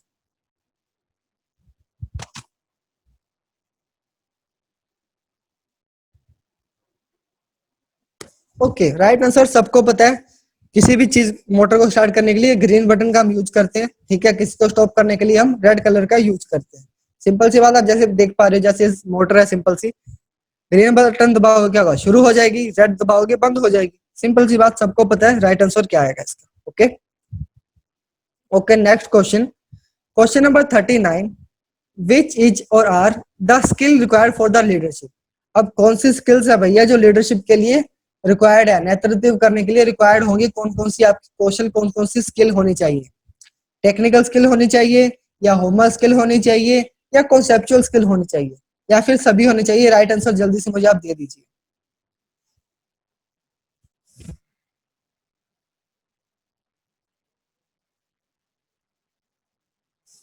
ओके, सबको पता है, मान लो कोई लीडर है, किसी टीम को लीड करना है, किसी ग्रुप को लीड करना है, तो उसके पास टेक्निकल स्किल्स होना बहुत जरूरी है, ठीक है। ह्यूमन स्किल होना जरूरी है, किसी की भावनाओं को समझना। अगर मान लो कोई टीम का जो मेंबर है वो काम नहीं कर पा रहा, तो क्या रीजन है वो चीज भी समझना पाइए, तो ये ह्यूमन स्किल्स के अंदर आ जाएंगे। देन कॉन्सेप्चुअल स्किल, अब कोई मान लो मैं लीड कर रहा हूँ आपको, तो मेरे पास कॉन्सेप्ट होनी चाहिए कि इस कॉन्सेप्ट पे हमने काम करना है। तो ये तीनों स्किल्स बहुत जरूरी है एक लीडर के लिए, ठीक है। तो ये चीज आपने ध्यान रखनी है। तो बात करते हैं नेक्स्ट क्वेश्चन की, क्वेश्चन नंबर 40।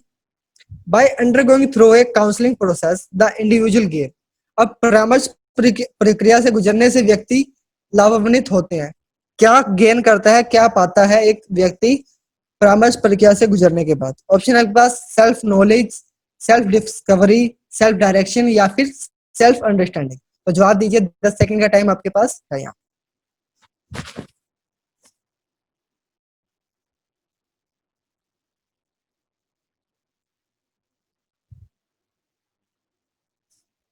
ओके, तो काउंसलिंग प्रोसेस क्या होती है जी? देखिए, काउंसलिंग प्रोसेस में क्या होता है कि मान लो आप किसी परामर्शदाता के पास गए, काउंसलर के पास गए, तो वो क्या करेगा, आपके बारे में बताएगा ना कि भैया आप यहाँ पर सही थे। मान लो आपने कहा कि पिछली कुछ सालों से मेरी जिंदगी में ये इंसिडेंट हो रहे हैं, तो बताइए मुझे क्या करना चाहिए। तो वो क्या करेगा, आपको बताएगा ना कि देखिए जैसा आपने मुझे बताया पिछले कुछ साल में आपने ये गलतियां की हैं, ये आपको काम नहीं करने चाहिए थे, और उसके बाद आपने ये चीजें अच्छी की हैं, ये चीज आप कंटिन्यू रखिए और इन चीजों को कम कीजिए। तो क्या होगा, सेल्फ नॉलेज होगी ना आपको कि हाँ भैया मैंने गलती की थी, मेरे को आगे से नहीं करना है।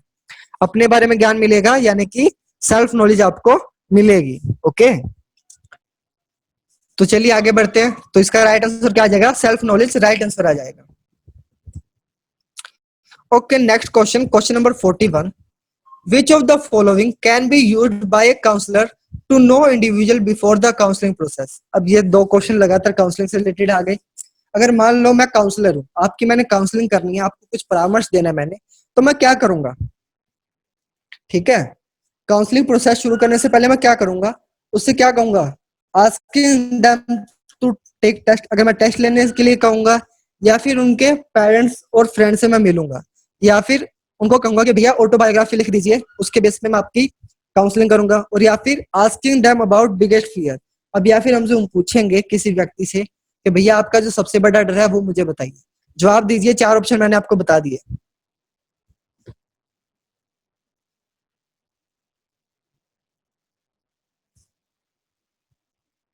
ओके, तो राइट आंसर क्या आएगा इसका, इंटरव्यूइंग पेरेंट्स एंड फ्रेंड्स, ठीक है। अगर मान लो मैं आपकी काउंसलिंग कर रहा हूँ, ठीक है, मैं आपको कुछ सुझाव दे रहा हूँ, तो मैं क्या करूंगा, अब मान लो मैं काउंसलर नहीं हूँ, बट एज ए इंस्ट्रक्टर आपको कुछ ऐसे काम भी करने पड़ सकते हैं।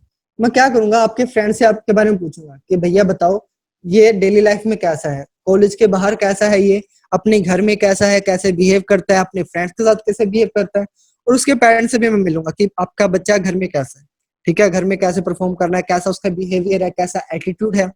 तो मैं ये करूंगा ना कि पहले उनके फ्रेंड और उनके पेरेंट्स से उनसे मिल लूंगा। तो इसका राइट आंसर क्या आ जाएगा हमारा, simple, interviewing parents and friends. Okay, अब उनसे ये तो कहूंगा नहीं कि भैया अगर मैंने आपकी काउंसलिंग करनी है तो ऑटोबायोग्राफी लिख दीजिए, कब आप पैदा हुए, कहाँ पैदा हुए, कौन कौन से इंसिडेंट हुए, ये तो कहूंगा नहीं ना। तो उनके बारे में जानने के लिए मैं उनके फ्रेंड और उनके पेरेंट्स से बात करूंगा। ओके, तो ये इसका आंसर आ जाएगा। उसके बाद next question, question number 42। Learning outcome statement में बी कंसीडर टू बी, अब जो हमारे लर्निंग आउटकम है वो किस बेस पे होते हैं, बिहेवियर पे, एंट्री बिहेवियर पे, क्यूरिकुलम पे, या फिर एग्जिट बिहेवियर पे? राइट आंसर क्या आएगा, जवाब दे दीजिए जल्दी से।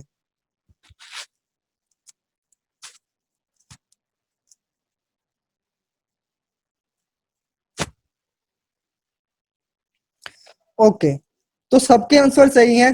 अब लर्निंग आउटकम क्या होता है, अब मान लो लर्निंग आउटकम कि भैया क्या आपके क्या क्या आउटकम है, ठीक है, पढ़ने के बाद आपके क्या क्या आप चीज कर पा रहे हो, कितनी आपके पास नॉलेज है। तो क्या इसका आंसर आ जाएगा, एग्जिट बिहेवियर, ठीक है।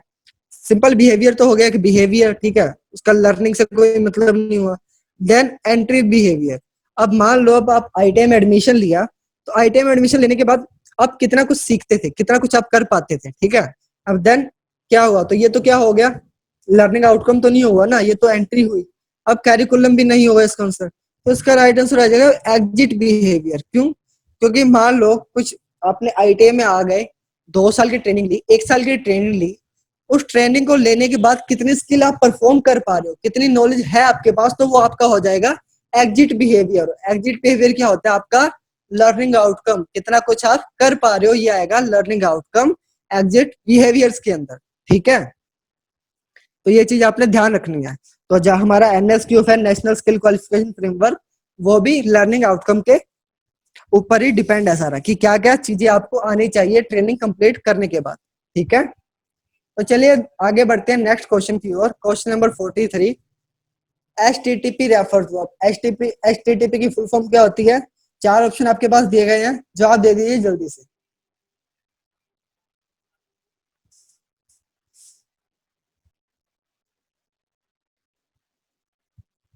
ओके, तो राइट आंसर क्या आएगा इसका? Hyper text transfer protocol. ठीक है, तो बी इसका राइट आंसर आ जाएगा। Hyper text transfer protocol HTTP की फुल फॉर्म है। ठीक है, तो ये आपने याद रखना है। जो आईटी से रिलेटेड स्टूडेंट है उनको ऑलरेडी पता होगा, लेकिन जो बाकी स्टूडेंट्स हमारे, वो याद कर लें HTTP की फुल फॉर्म क्या होगी, एग्जाम में भी जरूर पूछा जाएगा। ठीक है, hyper text transfer protocol. Okay, अब किस लिए यूज किया जाता है, तो ये इसके बारे में हम कभी बाद में चर्चा करेंगे। ओके, तो नेक्स्ट क्वेश्चन है question number 44, which phase of ADDIE consist two aspect normally formative and summative. बिल्कुल सिंपल क्वेश्चन है, थोड़ा घुमा के पूछा गया है कि एडी के किस चरण में 2 पहलू होते हैं। ठीक है, तो ऑप्शन है आपके पास analyse, development, implementation and evaluation. तो जल्दी से आंसर दे दीजिए, इसका क्या आएगा?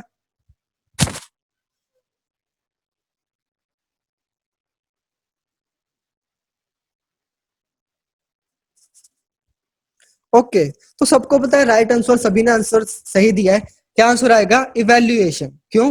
अब इवेल्युएशन किस प्रकार की होती है? फॉर्मेटिव और समेटिव। ठीक है, फॉर्मेटिव असेसमेंट कौन सी हुई, इवेल्युएशन कौन सी हुई हमारी, कि जो भैया हर टेस्ट के बाद हम दे रहे हैं बच्चों को कि आप कितने पानी में हो, कितना कुछ सीख पा रहे हो। एंड देन समेटिव, कि जो फाइनल के अंदर हमने असेसमेंट दी, वो कौन सी हुई? फाइनल के अंदर नंबर दिए ना कि हाँ भैया ये फाइनल है, आपके पूरे साल में आपने इतना पढ़ा, वो कौन सा हुआ? समेटिव। तो कौन से 2 एस्पेक्ट हुए इवेल्युएशन अंदर के? 2 एस्पेक्ट होते हैं हमारे, formative evaluation and summative evaluation. ठीक है, तो ये चीज आपने ध्यान रखनी है। तो नेक्स्ट क्वेश्चन की बात करते हैं हम, which classroom management style having high control and high involvement. तो ये क्वेश्चन आपके लिए बिल्कुल नया है, जिन जिन को आंसर पता है जवाब दे दीजिए। ऑप्शन है आपके पास authoritative type, authoritarian type, and then individual type, and then permissive type. तो राइट आंसर दीजिए जिसको पता है।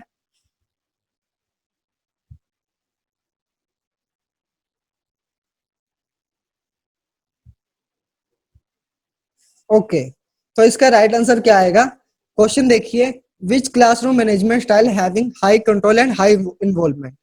तो देखिए इनको कैसे याद रखना है चारों को, पहले मैं आपको वो क्लियर कर दूं, उसके बाद में इसका राइट आंसर आपको बताता हूँ। तो सिंपल देखिए, हमसे क्या क्या पूछा गया है? हाई इन्वॉल्वमेंट और हाई कंट्रोल। ठीक है, तो ऊपर दिया गया high involvement, low involvement, then high control, then low control.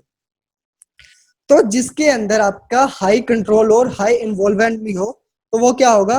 Authoritative type. जो हमारा क्वेश्चन है कि जिसमें हाई कंट्रोल भी हो, हाई इन्वॉल्वमेंट भी हो। कंट्रोल मतलब कि जैसे मान लो आप अपनी क्लास को बहुत ज्यादा कंट्रोल कर रहे हो, ठीक है, कि भैया टाइम से आना है, टाइम से जाना है, बिना मेरी परमिशन के पानी पीने भी नहीं जाना, अगर आप वॉशरूम जा रहे हो तो बिना पूछे मेरे से नहीं जाना। तो आपका बहुत ज्यादा कंट्रोल है अपनी क्लास पे। ठीक है, और उसके साथ साथ आपका इन्वॉल्वमेंट भी बहुत ज्यादा है। ठीक है, इन्वॉल्वमेंट बहुत ज्यादा है मतलब आप उनकी लर्निंग में बहुत ज्यादा मदद कर रहे हो। ठीक है, तो क्या हुआ?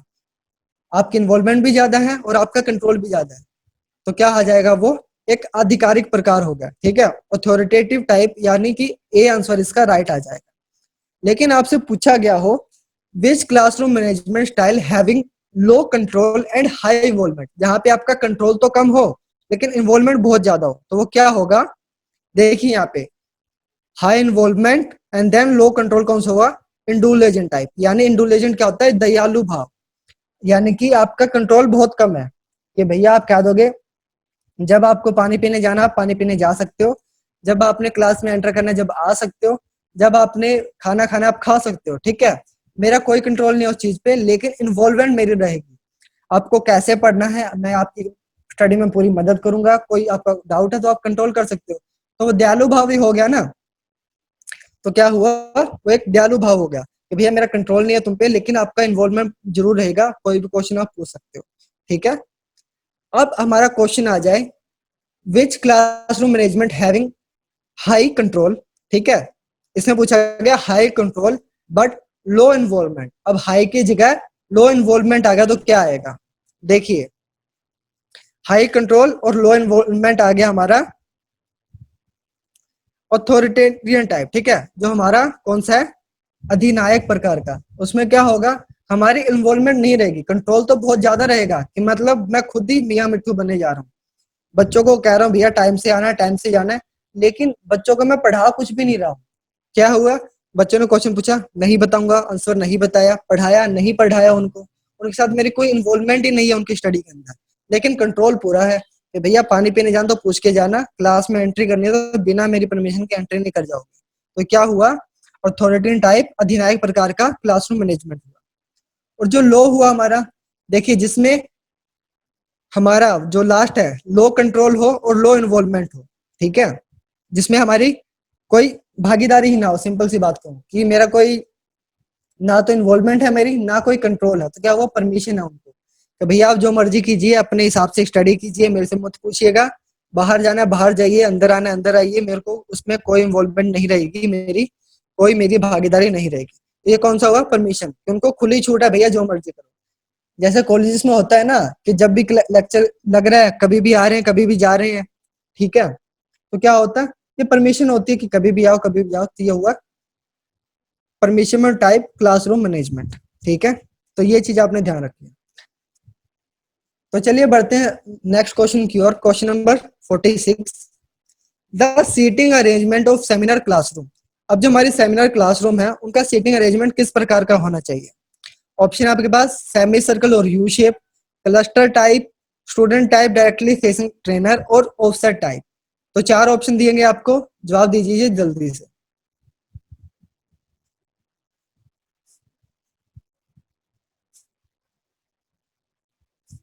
ओके, थोड़ा ट्रिकी क्वेश्चन है। तो क्या होता है भैया, इसका राइट आंसर क्या आएगा, सेमी सर्कल और यू शेप इसका राइट आंसर आएगा। कैसे, अब देखिए पहला जो प्रकार है रो और कॉलम, यहाँ हालांकि यहाँ नहीं दिया गया, लेकिन ये सिंपल बेसिक सा एक हमारा रो और कॉलम टाइप एक क्लासरूम मैनेजमेंट होता है, यानी कि क्लासरूम का जो एडजस्ट करते हैं ना हम, हमारा क्या होगा seating arrangement, row and column, जिसमें रो और कॉलम बनाए गए हैं। जैसा आप देख पा रहे हो यहाँ पे रो बनी हुई है, कॉलम बने हुए हैं। ठीक है, उसके बाद क्या हुआ, ये किस लिए यूज होते हैं रो और कॉलम, सभी तरह के क्लासरूम में ये यूज हो सकते हैं, भले वो क्लास छोटी हो भले बड़ी हो, तो उसके अंदर हम रो और कॉलम यूज कर सकते हैं। ठीक है, then दूसरा हमारा ऑप्शन जो दिया गया है क्लस्टर टाइप कौन सा होता है। अब क्लस्टर टाइप में क्या होगा कि चार बेंच लगा दिए जाएंगे ग्रुप डिस्कशन के लिए, और जो साइड में हमारा देख पा रहे हो जो टीचर का डेस्क है ना, ये रहा टीचर का डेस्क और ये स्टूडेंट के हैं, तो बच्चे खुद से ही डिस्कस कर पाते हैं। ठीक है, अब ये क्या हुआ, लर्नर सेंटर हो गया कि टीचर की इतनी ज्यादा इन्वॉल्वमेंट नहीं रहेगी, लेकिन बच्चे खुद ही उस चीज को डिस्कस कर रहे हो। ठीक है, उस चीज को डिस्कस कर रहे हो, उसका अगर किसी को कोई डाउट है उसको क्लियर कर रहे हो, तो ये क्या हुआ क्लस्टर टाइप। अब सभी तरह की क्लासरूम में इसको यूज किया जा सकता है। ठीक है, और जो नेक्स्ट है हमारा वो है हॉटशॉप या यू शेप, सिंपल आप कह सकते हो U shape classroom seating arrangement.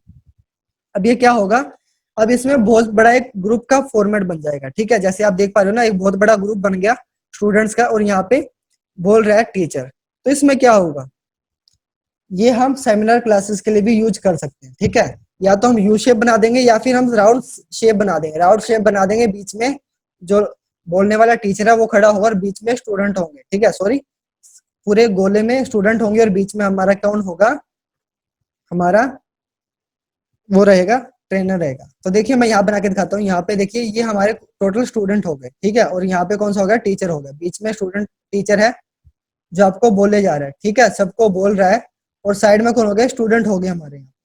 ठीक है, तो ये कौन सा हुआ, सर्कल, पूरा सर्कल हुआ कि सबके पास आवाज जा रही है, सबके बीच में खड़ा होके बोल रहा है टीचर, तो ये हुआ टीचर और ये हो गया हमारे स्टूडेंट। ठीक है, तो ये हो गया सर्कल टाइप। तो क्वेश्चन पे आते हैं। अब क्वेश्चन क्या है हमारा, seating arrangement for seminar classroom. तो मैं आपको बताऊं, सेमिनार क्लासरूम में क्या होगा, सेमी सर्कल या फिर यू शेप आ जाएगा। ठीक है, या तो आप सेमी सर्कल बनाओगे, ठीक है, ऐसे करके हाफ सर्कल, या फिर आप यू शेप क्लासरूम बना दोगे कि यहाँ पे टीचर जास के उनको बोल्स के, और यहाँ पे टीचर जास के या बोल्स के, या फिर आप सर्कल टाइप भी यहाँ पे यूज कर सकते हो। ठीक है, क्योंकि सर्कल सेंटर में ही होंगे ना टीचर, तो आप सेमिनार क्लासरूम के लिए इनका भी यूज कर सकते हो। ठीक है, सेमी सर्कल या यू शेप का आप यूज करते हो। ओके, तो ये चीज आपने ध्यान रखनी है। क्लस्टर किसके लिए यूज करेंगे, जहां बच्चों के इन्वॉल्वमेंट ज्यादा हो। ठीक है, बच्चे खुद डिस्कस करें। ठीक है, ऐसे ग्रुप बना दिए आपके चार कि भैया आप खुद डिस्कस करो, मैंने आपको बता दिया। ठीक है, तो ये चीज होगी। चलो आगे बढ़ते हैं। Next question your question number 47। अब सिबिल स्कोर क्या होता है, CIBIL score is use to, किसके लिए यूज किया जाता है। चार ऑप्शन आपके पास, net assessed cumulation, collateral, then credit worthiness, और फोर्थ ऑप्शन है rating of proposed business investment. तो आंसर दीजिए मुझे, क्या आंसर आएगा इसका।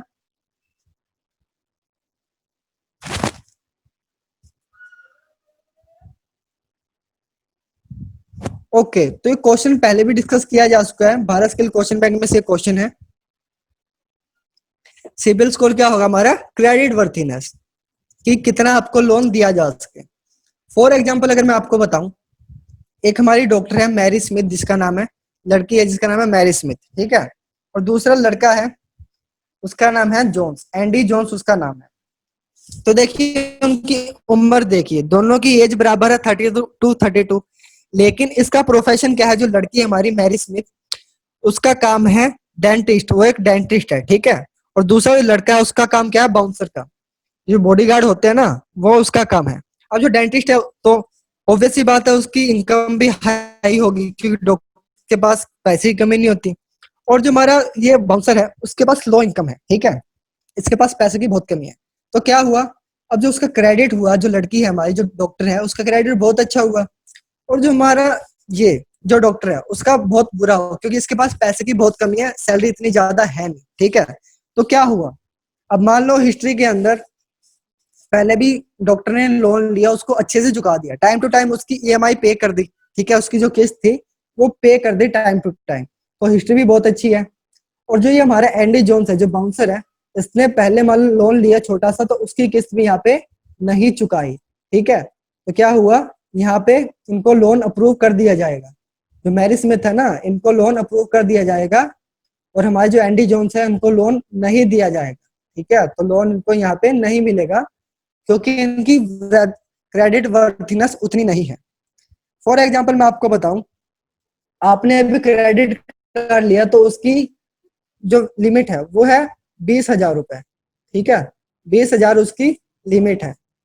अब जब मान लो आपने उसका यूज किया, 20,000 का आपने यूज किया, और उसके बाद आपने उसका जो पेमेंट थी वो टाइम टू टाइम कर दी, तो क्या होगा, कुछ टाइम बाद आपका जो जो लिमिट है ना, वो 25,000 हो जाएगी। कंपनी देखे भैया इसका अच्छा है, टाइम टू टाइम हमें दे रहा है, हमसे उससे फायदा हो रहा है, तो इसकी जो लिमिट है वो 25,000 कर दो। अब आपने 25,000 क्या किया, टाइम टू टाइम चुका दिया, उतने तक आपने क्या की, शॉपिंग की और उसको चुकाया, तो क्या होगा, उसके बाद आपका 30,000 आपका कर दिया जाएगा। ठीक है, तो ऐसे ऐसे आपकी क्रेडिट वर्थिनेस बढ़ती जाएगी। लेकिन अगर आप टाइम टू टाइम, जैसे इस बाउंसर की तरह अगर आप नहीं करते हो ना, टाइम टू टाइम नहीं भरते हो अपनी किस्त, तो क्या होगा, जो आपका 30,000 है वो 25,000 हो जाएगा। ठीक है, उसके बाद जो आपकी लिमिट है वो 20,000 हो जाएगी। और उसके बाद क्या होगा, अगर आपने कोई लोन अप्लाई किया ना, तो लोन के लिए भी आपको जो बैंक है वो मना कर देंगे, भैया आपको लोन नहीं दिया जा सकता। ठीक है, तो ये सब चीज। ओके, तो ये चीज आपने ध्यान रखनी है, क्रेडिट वर्थिनेस क्या होता है। तो चलिए आगे बढ़ते हैं नेक्स्ट क्वेश्चन की ओर। आई होप आपको समझ आ गया होगा। तो नेक्स्ट है हमारे पास, when learners are virtual and can't access the e-learning at the same time, they are said to be dash learners। अब सिंपल सा क्वेश्चन है, अब जो हमारे शिक्षार्थी हैं, ठीक है, वो ऑनलाइन स्टडी कर रहे हैं, लेकिन एक टाइम पे ज्वाइन नहीं कर पा रहे हैं, अलग अलग टाइम पे अपनी लर्निंग कर रहे हैं, तो कौन सी टाइप की डिस्टेंस लर्निंग होगी, एसिंक्रोनस, सिंक्रोनस, डिस्ट्रीब्यूटेड या रिमोट। तो जवाब दे दीजिए, क्योंकि सिंपल सा क्वेश्चन है, काफी बार मैं आपको बता चुका हूँ।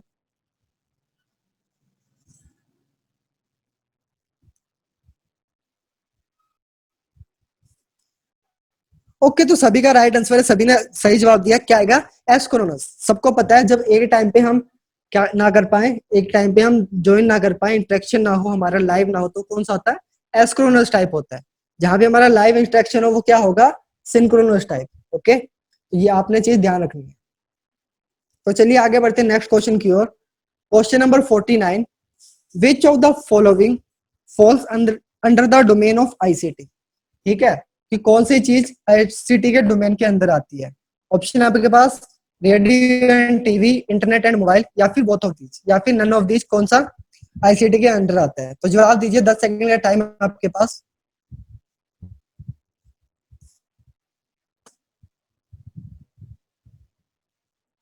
ओके, सबको पता है, राइट आंसर है सबका। आईसीटी के डोमेन के अंदर क्या क्या आता है? Information and communication technology.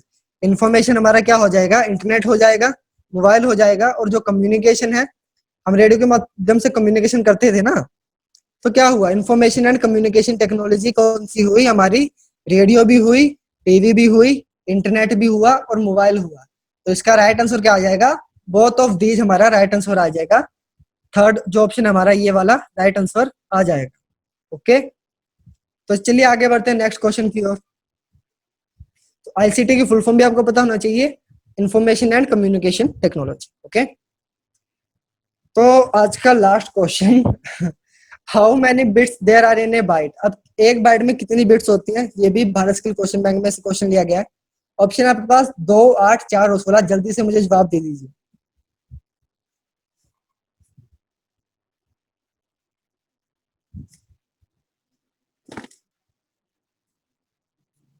Okay, तो सबका राइट आंसर है, सबको पता है, क्योंकि भारत स्किल में पहले डिस्कस कर चुके हैं। हमारे एक बाइट में कितनी बिट्स होंगी? 8 बिट्स होंगे। ठीक है, एक बाइट में कितनी बिट्स हुई? 8 बिट्स हुई। यही आपने याद रखना है, सिंपल सा क्वेश्चन है, नोट कर लीजिए इसको। तो आंसर की भी मैंने साथ में अटैच कर दी है, तो आप यहाँ से आंसर भी देख सकते हो अगर कोई आंसर ना समझ आया हो। तो देखिए, तो आई थिंक मैंने 2 घंटे तो हमें नहीं हुए अभी, लेकिन काफी हमने 50 क्वेश्चन डिस्कस किए।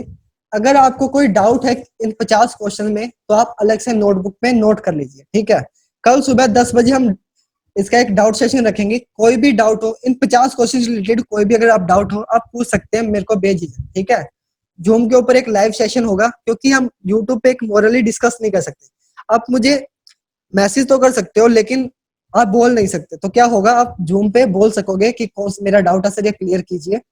तो मैं आपका जो डाउट है वो क्लियर कर दूंगा। जूम पे हमारी क्लास होगी कल सुबह 10 बजे। ठीक है, तो बहुत मेहनत की है इनको बनाने के अंदर, क्योंकि इतनी इन्फॉर्मेशन लेना, देखिए आंसर की थी मेरे पास, लेकिन थ्योरी, उसकी बिहाइंड की थ्योरी आपको बताना, उस पीपीटी बनाना बहुत मेहनत लगती है। तो कुछ स्टूडेंट मुझे कह रहे थे कि आप डेली क्लासेस क्यों नहीं लेते क्वेश्चन बैंक के। मान लो क्वेश्चन बैंक का, या फिर जो हमारे निम्मी का जो पुराने क्वेश्चन है उनकी मैं डेली क्लासेस क्यों नहीं लेता। तो यही रीजन है कि उनको क्वेश्चन को बनाना, पीपीटी बनाना, उनके आंसर्स को ढूंढना। आंसर मान लो पता तो है, लेकिन उसकी पीछे की थ्योरी है, ठीक है, वो पीपीटी के अंदर ऐड करना, ताकि आप देखो तो आप ज्यादा अच्छे से समझ पाओ। तो उसमें थोड़ा टाइम लगता है, 1 या 2 दिन मुझे कंप्लीट इन्फॉर्मेशन कलेक्ट करने में लग जाता है। तो इसलिए मैं डेली क्लासेस नहीं ले पाता। ठीक है, बट आई विल ट्राई, मैं आगे से ध्यान रखूंगा कि डेली क्लासेस हमारी हो। ओके, तो एक ये चीज थी। तो थैंक यू ऑल अभी तक जुड़े रहने के लिए। अगर आपने ट्रेनिंग मैथोलॉजी के मॉक टेस्ट अटेम्प्ट करने हैं, बिल्कुल फ्री है, आप हमारे साइट पे जा सकते हो, वहां से अटेम्प्ट कर सकते हो। और मैंने इस पीडीएफ के अंदर भी आपको लिंक दे दिया, सिंपली आप क्लिक करके भी मॉक टेस्ट अटेम्प्ट कर सकते हो। अब बाकी जो ट्रेड है, भले वो सिविल टेक्नोलॉजी हो, भले कॉस्मेटोलॉजी हो, इलेक्ट्रिशियन हो, या फिर सीएससी ट्रेड हो, उनके भी मॉक टेस्ट अवेलेबल है, और ड्राफ्टमैन सिविल के भी मॉक टेस्ट अवेलेबल है। आप अटेम्प्ट कर सकते हो। लिंक आपको पीडीएफ में भी मिल जाएंगे, और साथ ही साथ हमारे डिस्क्रिप्शन बॉक्स में भी आपको लिंक मिल जाएंगे।